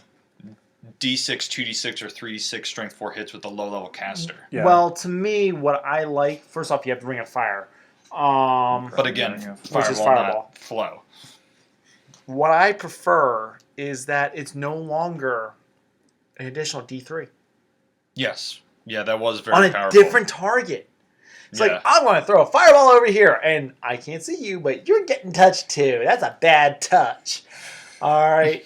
Well, you know, fireball spread if you don't take protection. There's medication for this. Preparation H, cooling gel, solves it right out. Anyway, sorry, for those of you who do not know, I am a pharmacist, better living through chemistry, and he's a chemist. But yeah, so I think I've got nothing to add to this. So basically, if I'm looking at this and I'm playing against this lore, I'm going to say, all right, can I absorb these hits? Or do I care before I say I need to stop this? And it depends on the army too. Like Equitane, Right. Equitane I care so much more about those direct damage spells because I have such a limited number of models. Yep. Right. And they're only toughness 3 for the most part. Versus dwarves, yeah, I'm toughness 4. Hit me with your best shot. I don't care. Okay, I lost 2 dwarves, 3 dwarves, 4 dwarves. I still don't care. Take an organ gun for your trouble. Blow yourself up for all I care. Also, note that this combos well with the alchemy basic alchemical fire. So a very good point. The casting levels are pretty low for spells 1, 2, 3. So that's Empire that can take that combination. That is Infernal Dwarves that can take that combination. Highborn Elves, the Caudal Lord, and that's it. So out of everything that could take alchemy, Dread Elves don't get it. And the Vermin Swarm and Warriors of the Dark Gods do not get it. Yep. So I mean, neat. I think it fulfills a niche. If you're a shooting army and you want to add more shooting in the magic phase, I think it's got that good niche. If you need to make up for not having a lot of shooting, you can take out some fast cav, like some spawn, some of those double bouncy squig guys that you can't do anything except for shoot. Well, Mangler wrecking teams. Is what you're yeah. talking about. the Master easiest Wrecking way to teams. finish them off is to shoot them, right? Yes, magic. Actually, not even shooting them. Magic, because again, magic, you don't have to roll to hit. And Right. They have a -1 to hit. So Yeah. I mean, that's what it's good for. All right. So pretty basic, Yeah. pretty self-explanatory. I think we all like it. I think It's we all solid agree. at what it does. But I think our goal is to say, how would you play this? How would you play against it? Right. It's pretty much, I'm going to hurt you, lore. There's no other way to say this. It's I'm going to hit you. I'm going to hurt you. I'm going to give you a bad touch. You're going to have to use some magic cooling gel, and come and get me. And I think, as Mark said, when you're defending against it, you're going to take damage no matter what, but you just minimize the damage as best you can. You're Yeah. just on damage control. Like, what spell can I not, like Bad Touch, cannot have at all? Whereas, okay, I can probably live with this spell. And Right, You and just some of deal that's with it. target selection by the guy shooting you. Yeah. Absolutely. Target selection is huge. And here's the thing is their magic, let's see, magic missile, hex damage, so that's still front arc, hex damage, still front arc. There's only the 2 augment spells, but still, two of them are magic missiles. You need, not only do they need to be in your front arc, but you need line of sight. For the Pyroclastic Flow, our word of the day, Pyroclastic, and Fireball. Can we have word of the days from now on? Can we just introduce like random vocabulary? I will start after giving the battle reports. I will start using it as a source and go from there. All and right, call folks. it Mark, a- as our leader, has officially said it. We're gonna have a word of the day. Oh my god! I'm gonna call them Ryanisms. So today's Ryanism is the Pyroclastic Flow. Like, if you're gonna hang out with dragons, they gotta teach you shit. That's true. This is what we're all F about. it, give them morphine. They're happier that way. Anyway, moving on. Shamanism. So before I said Ryan, bite your tongue. This time, Dave, bite your tongue. Since you're Ow! and he took me literally. Okay, so anyway, this is one of the few lords that actually has an attribute as well. And let's see. So I have the Sacrification. It's close combat attacks against the target cannot wound, better on a 5+, Awaken the Beast. Really, read it. Do you know what's going on? To me, looking at this, you've got the Sacrification. So now so let's look at the armies that can use it. Scar. It's Scar. Scarification. That's why you're harder to hurt in combat. Dude, I've had 3 beers and barely any food, so I don't care. Scarification, as I've just been corrected. It makes sense because you're scarred up from cutting yourself and all the. I'm going to crazy give you a stuff. bad touch later. I gotta go. Uh, Gotta go. Look at the time. Yes, it's 11:53. Anyway, so Tonight's the hour of no consequence. We're fine. Beast Herds is one of those armies that can take shamanism. I absolutely agree with that. Knights of Equitaine can take shamanism. that's interesting. I would not have expected. I that. wouldn't have expected that either. But then again, I pray to something that comes out of like Ogre Khans. I can see Good. that. Very- Orcs and Goblins. So Only orcs, but still Only makes orcs, sense. but yeah. Sylvan Elves, just or I'm sorry, Saurian Ancients, the Skinks. Yep. Sylvan Elves, the Elf, the Vermin Swarms. I put a P. There's something. There's The some prophet, the plague prophet, maybe. maybe, but there's one thing that can take the shamanism, which I can see that being a plague prophet. Mhm. I think you are correct. And Warriors of the Dark God. I think I can that's- see that. I can see shamanism being Yeah, for sure. like Yeah, because they're kind of like That's how Viking my- Northmen. That's how my fluff for them is more like worshiping the elements, kind of shamanism, and all right. because I see them more like that. I, But I can go with that because Um, again, you know, they're not just the warriors of the dark gods is so unnecessarily evil, the Daikook of evil. No, they're not. unnecessarily evil. Unnecessarily. Ryan, since I've played with this lore, I get to go second. What do you think? Okay. I like it on first look. One of the armies that I have that can take it is orcs and goblins for the orcs. So you still, for your signature spell, you have Awaken the Beast, which is similar to what it was the last time, but I like the change. The old way the spell worked was it was like an 11 to cast, and you got +1 strength and toughness. So it was really good. It was a higher casting value. Now it's on a 6-up, you gain +1 strength, or you can do it on an 8-up, you gain +1 toughness, which is a little better than having +1 strength. Note the or because I screwed that up my Yes. first game because it's not the upgraded version isn't both +1 strength and +1 toughness. It is only Or. +1 toughness for the higher version. Right. We're last edition at 1.1. It was both. Yeah, And so that there's was a change. lot more game changing, where it's less game changing now, but it's a lower casting value. So I like that. Swarm of Insects still does what it does best, is to kill war machines. Great spell. Savage Fury I like a lot because you can give it to your own unit, get extra attacks, or you give it to your opponent, which is worse. Look too tricky. Because now if they're in a combat and you give them frenzy, they have to overrun, and now you got a counter charge set up to hit them in the flank or whatever, right? Puts them in a bad position. Pounding Drumbeat is okay. I'm not crazy about it. I mean, extra movement's always good. Extra movement's okay, but you're moving straight forward. You don't get to move the unit where you It's want to the specifically. That I like. Yeah, the aura is good if like your beast herd say, and you're just trying to get into combat, like you're just moving the whole army forward. That's fine. Break the Spear or Chilling Howl. I just skipped one. Chilling Howl is good, especially against a unit that's an obvious shooting target. That's fine. Break the Spirit.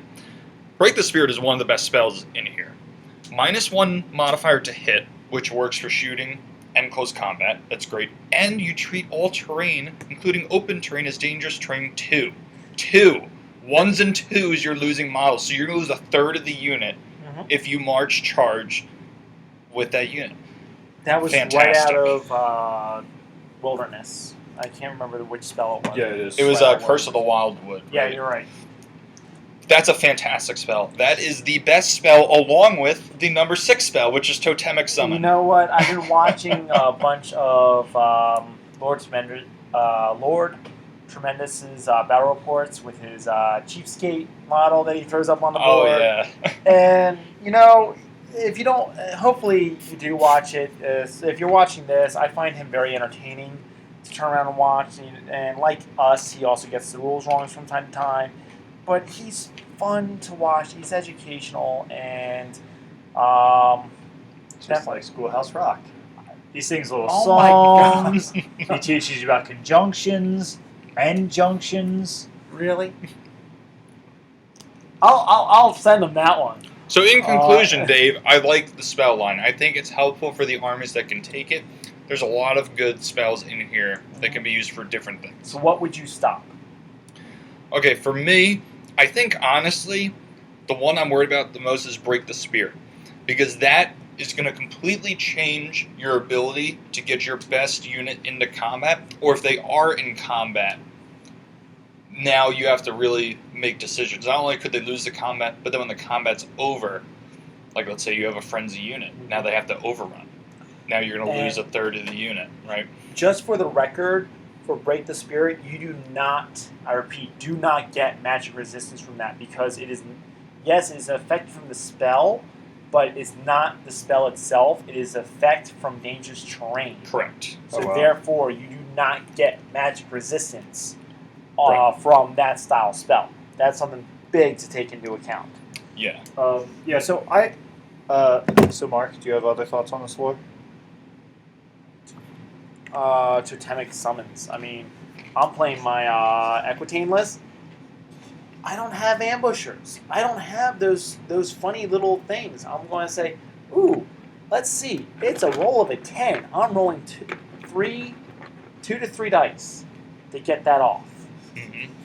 All Yeah, right. it's only a 10. It's only a 10. It's which only is a what 10. makes it really good. And Yeah. I Very actually have a reasonable. problem with this lore, or that spell, I should say. I do have a problem with that spell. Is you took away from vampires raising of units that counted towards nothing. They still have that. It's just not. I'm sorry. It's in the army book. It's in the army book, so you can always have it. You can go into and take it, but it's not as easy to get as it was. Yeah.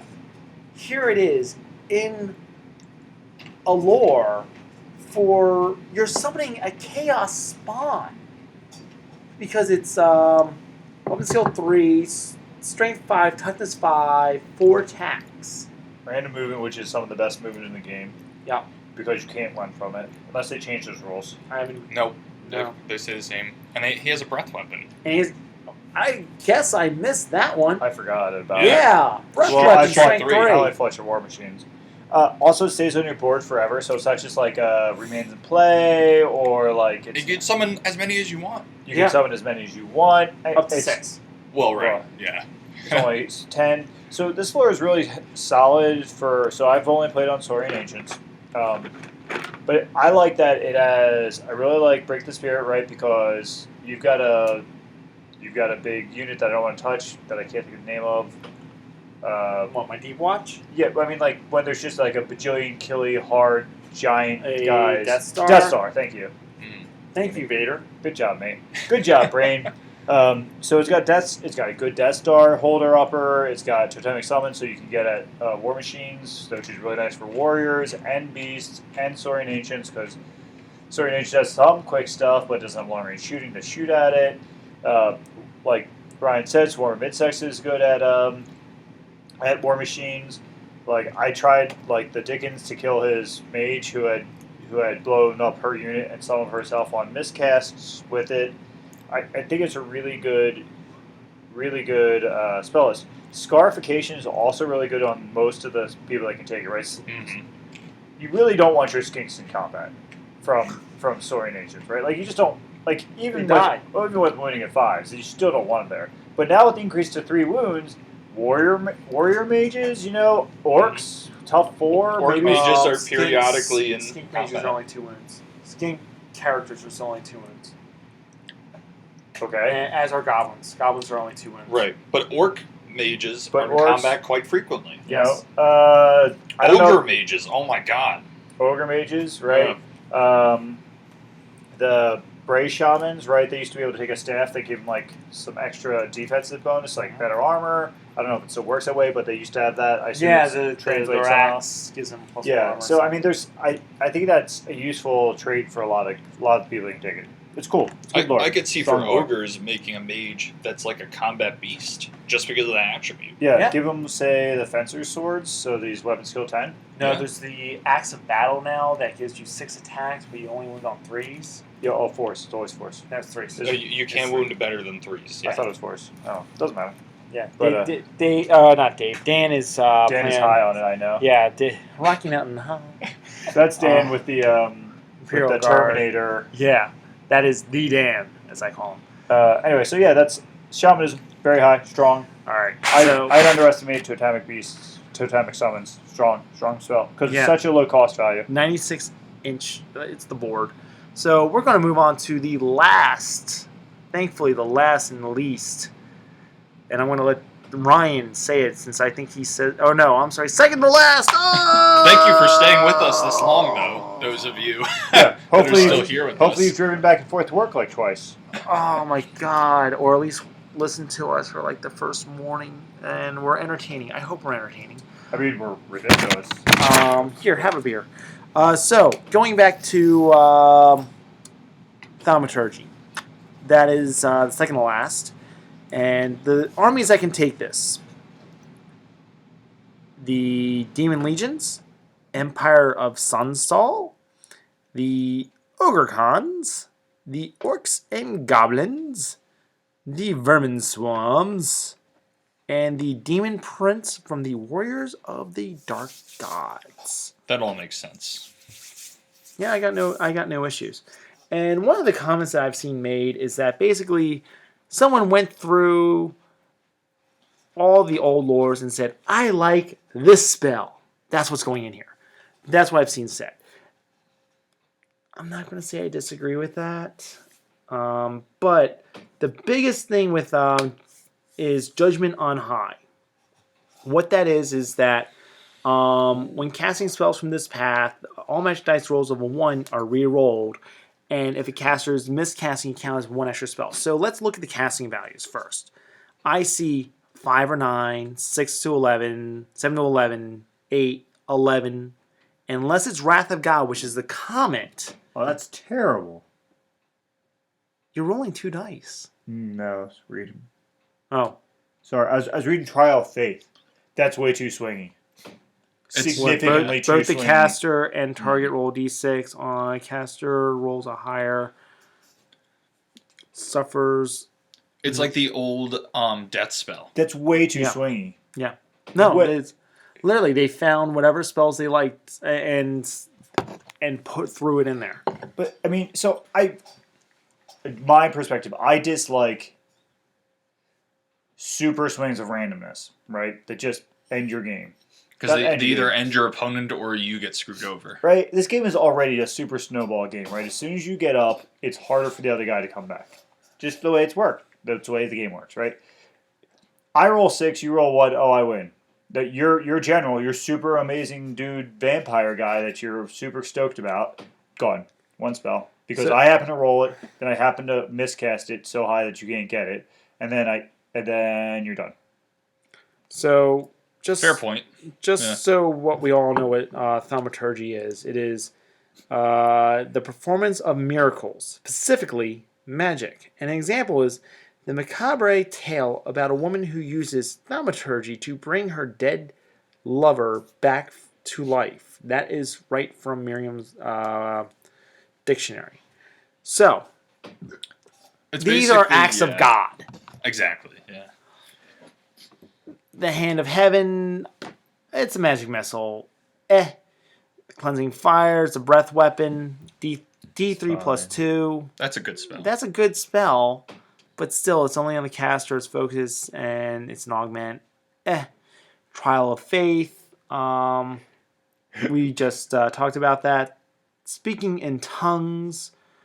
That can be brutal. I like that spell. That's I- I like the design of that spell. I do like the design of that spell. That can affect different armies differently, such as orcs and goblins. Think of vermin swarms, things that are going to have low leadership. Yeah, ogres, vermin, orcs, and goblins, bad. Yeah. Very bad. That is the bad touch. Smite of the Unbeliever. Casting. Random, but can Yeah, be it's a really little effective. random. And then again, the Comet. So, No, the Comet is an act of God. yeah, no, comment doesn't bother me. It amused me that they renamed it, but it's fine. The comment doesn't mind me. I really don't like this lore. I really don't like Trial Yeah. of Faith. I really don't like Smite the Unbeliever. Everything else in the set that you've worked on, right? That the designer has worked on has been. We're not doing ultimate spells that can go off randomly. We're not having the miscasts are controllable. You can make better gambling decision about it. Are you going to use this many dice or you're not going to use this many dice, right? Everything else has been more towards control, right? The most scary thing was hey, I can roll 14 plus within 12 inches, and that guy takes 1 wound. No guarantee, right? That's the most kind of like no counter spell there is, right? Because I rolled real high, I was within 12 inches. And then I was like, okay, I know he has it, he's within 12, I stay away, or I try to kill him, or there's And you have to be down to 1 wound. you gotta be down to 1 wound, right? There's things around it, right? These spells are Look, Dave, I agree with you, but for other reasons. Ryan, before I go into my little rant, what are your thoughts? I do agree with Dave that the theme of this is random. It's randomness. You're either going to do really well by this line, or if you roll poorly, it's not going to do a lot for you. However, that being said, I do see some benefits in it. I actually see benefits in it in using cheap, lower level casters.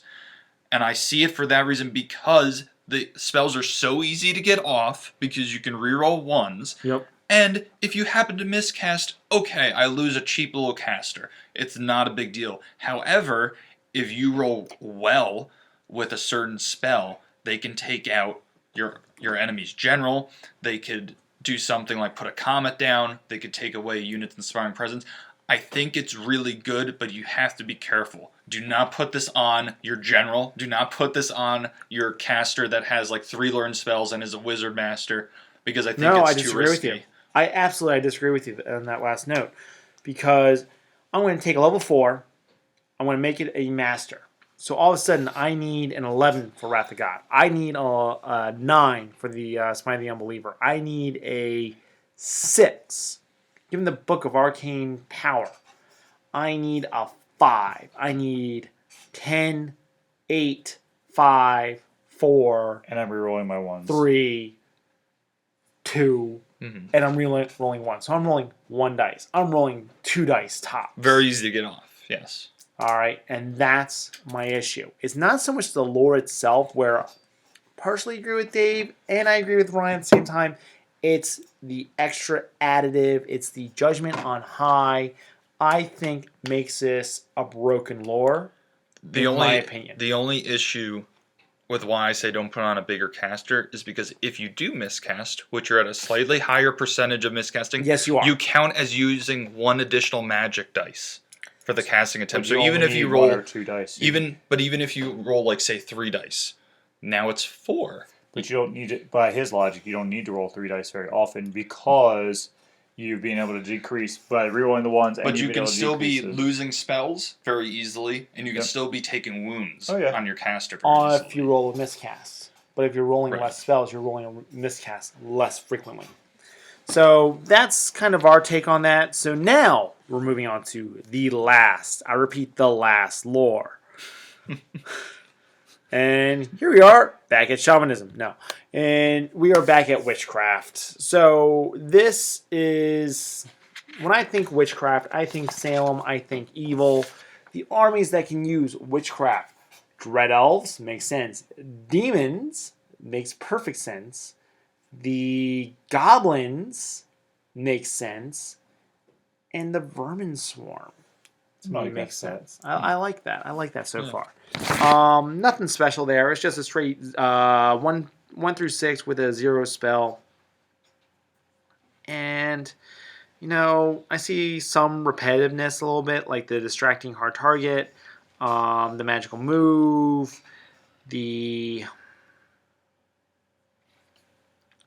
let's see. You're cursing your opponent, basically, for the most part. Yeah, there's Yeah. a lot of hexes, which is witchcraft, making sense. I'm good with that. Yeah, it's all about debuffing and like screwing with your opponent's plans. Yeah. Kind of. Yeah, so that'd be a fair way to assess it. Again, feel free to read. I see 36. The only thing that's 18-inch is Raven's. Actually, there are 3 spells. I lied. Deceptive Glamour, Raven's Wing, and Effigy. But so Effigy, there is a boosted up to 24 inches. The other 2 spells they're meant to be cast on your own units / models. That's really strong. What? Wheel turns. The wheel turns. Rank Yeah, and it can file be. targets will successfully roll to Well, hit. think about the armies that you said, right? Dark elves, vermin swarm, goblins. Goblins especially. Goblins. Yeah. Right. I got a bajillion million attacks because I'm in a horde with spears. Fours. Even though I'm weapon skill 2 and toughness 3, you're losing half your hits and you're losing half your wounds Yep. on me. I'm vermins. I got troops for days. We're gonna cast this every round till 2 until 6. Going. I'm with you. So Strong. But I mean it's random. You have to get it. I don't think. But it's not overpowering. I don't think this one's. I have more of an issue with thaumaturgy, Well, with the way that list is, than witchcraft. I don't have an issue with witchcraft. I really don't. Well, it goes. I mean, It's a thaumaturgy goes solid lore. specifically against Yeah. my design. In what I like about Dave likes control. I don't like. I like some randomness. Right? We play with I dice. just pushed his button. We play dice games, No. but it's just there's a balance. Can you And do the little robot movement again? there's a balance that this better. And Play with balls. I think you I think of something else when you do this. that's why I did it. You don't want to see what we're doing right now. I was doing the marbles dance. If you've ever Yes, seen yes, Major League. yes, Major League 2. It's too bad Cleveland sucks again. Anyway, the point is that I specifically don't like spells that like, oh, your 600 point Dragon Lord or whatever, now 1200 point Dragon Lord's gone. I don't like that ability. Full agreement with you. Yeah, but I I just don't see like that pushing here. Dave's Not button in on Witchcraft. that. Witchcraft is fine to me, right? Yeah. Witchcraft is good. But I like the design of Witchcraft. If its strength is right, if the Yeah. casting values are right, if the distance right, whatever, you'll iterate that. That Yeah. doesn't bother me. No, I like the fluff. I like the design of witchcraft. I think I really like shamanism, even occultism, which I think is a weaker of the things. I like how its makeup. Pyromancy, I really like its makeup. I also like about Witchcraft, it's got a strong theme, right? It's about Yeah. hexing, Yep. Yes. right? Druidism, I like. I feel like Even- divination should be the flip. I feel like divination should be all about bonus to you because you see the. That's what it is future. for the most part. To me, Mostly divination- augments. You're They're right. Mostly augments. But I mean, in like gameplay, right? You have a hex lore, you have an augment lore, or a bonus lore, and it does. But there's like there's 3 damage spells and a movement spell or whatever in divination. Divination. There are 2 damage spells. I lost one. But most of them are augments, and then there's one. The 6 spell Portent of Doom is like the old net. It just makes your opponent like kind of have to throw dice at it, possibly, especially if it's a Death Star unit, because it can really screw up their battle plans. I mean, so out of your I love 6 the spells, elemental units. 3 of them are augments. That's not strong enough in the augment theme.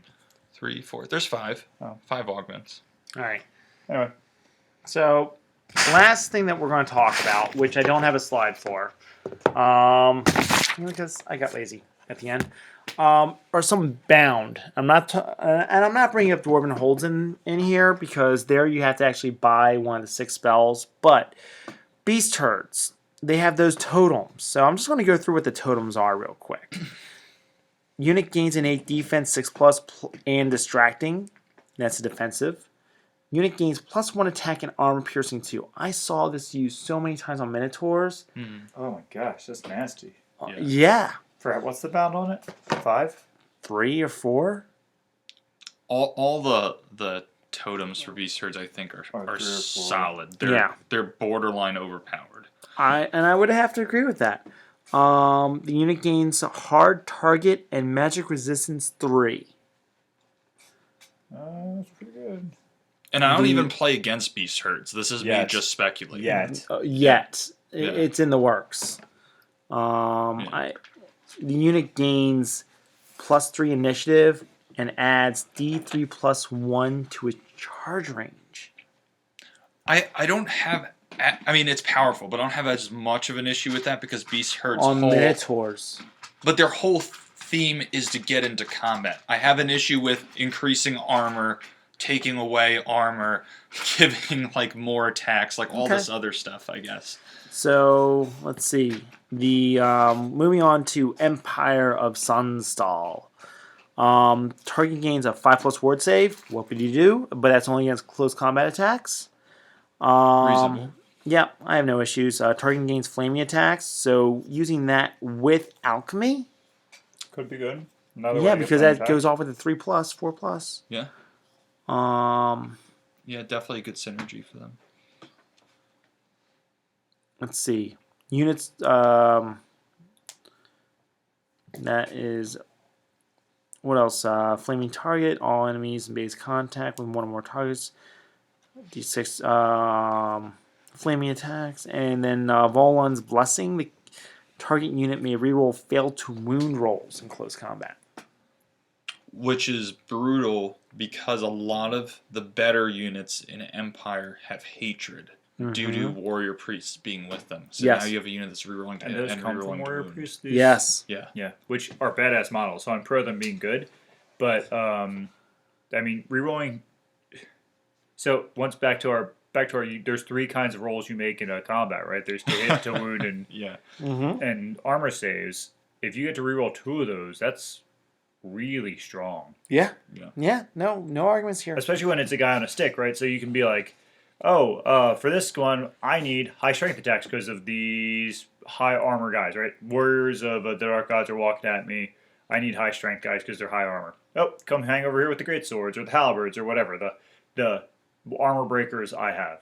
Oh, look, I just need a bajillion attacks. You go over here with the guys with paired weapons because we're fighting Vermin Swarm, Yeah. right?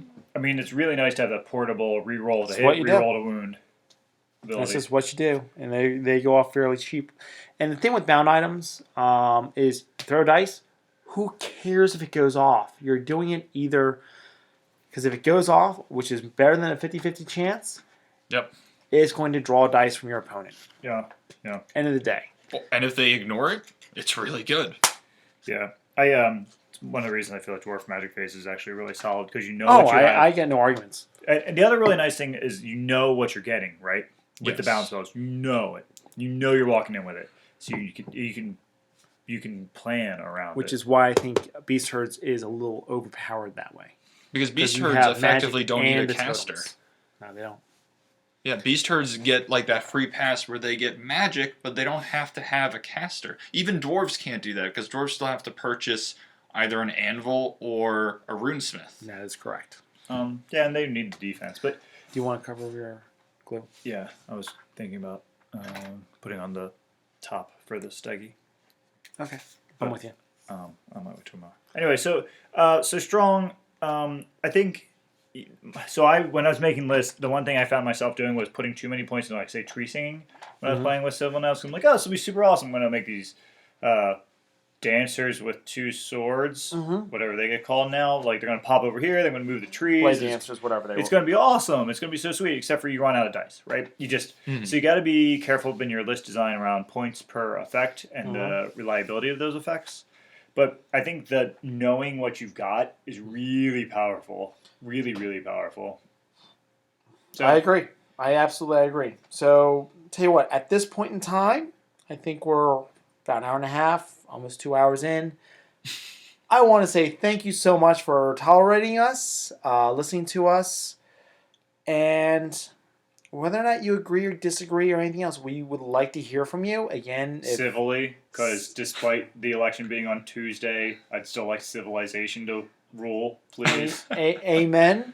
That's all I can say to that is civilization will continue one way or the other, despite whoever gets elected. One can hope. One can hope that World War III never happens. So, with that said, please go ahead, give us. Feel free to chime in, and until next time, thank you. Peace. Yeah, hit the button, Max.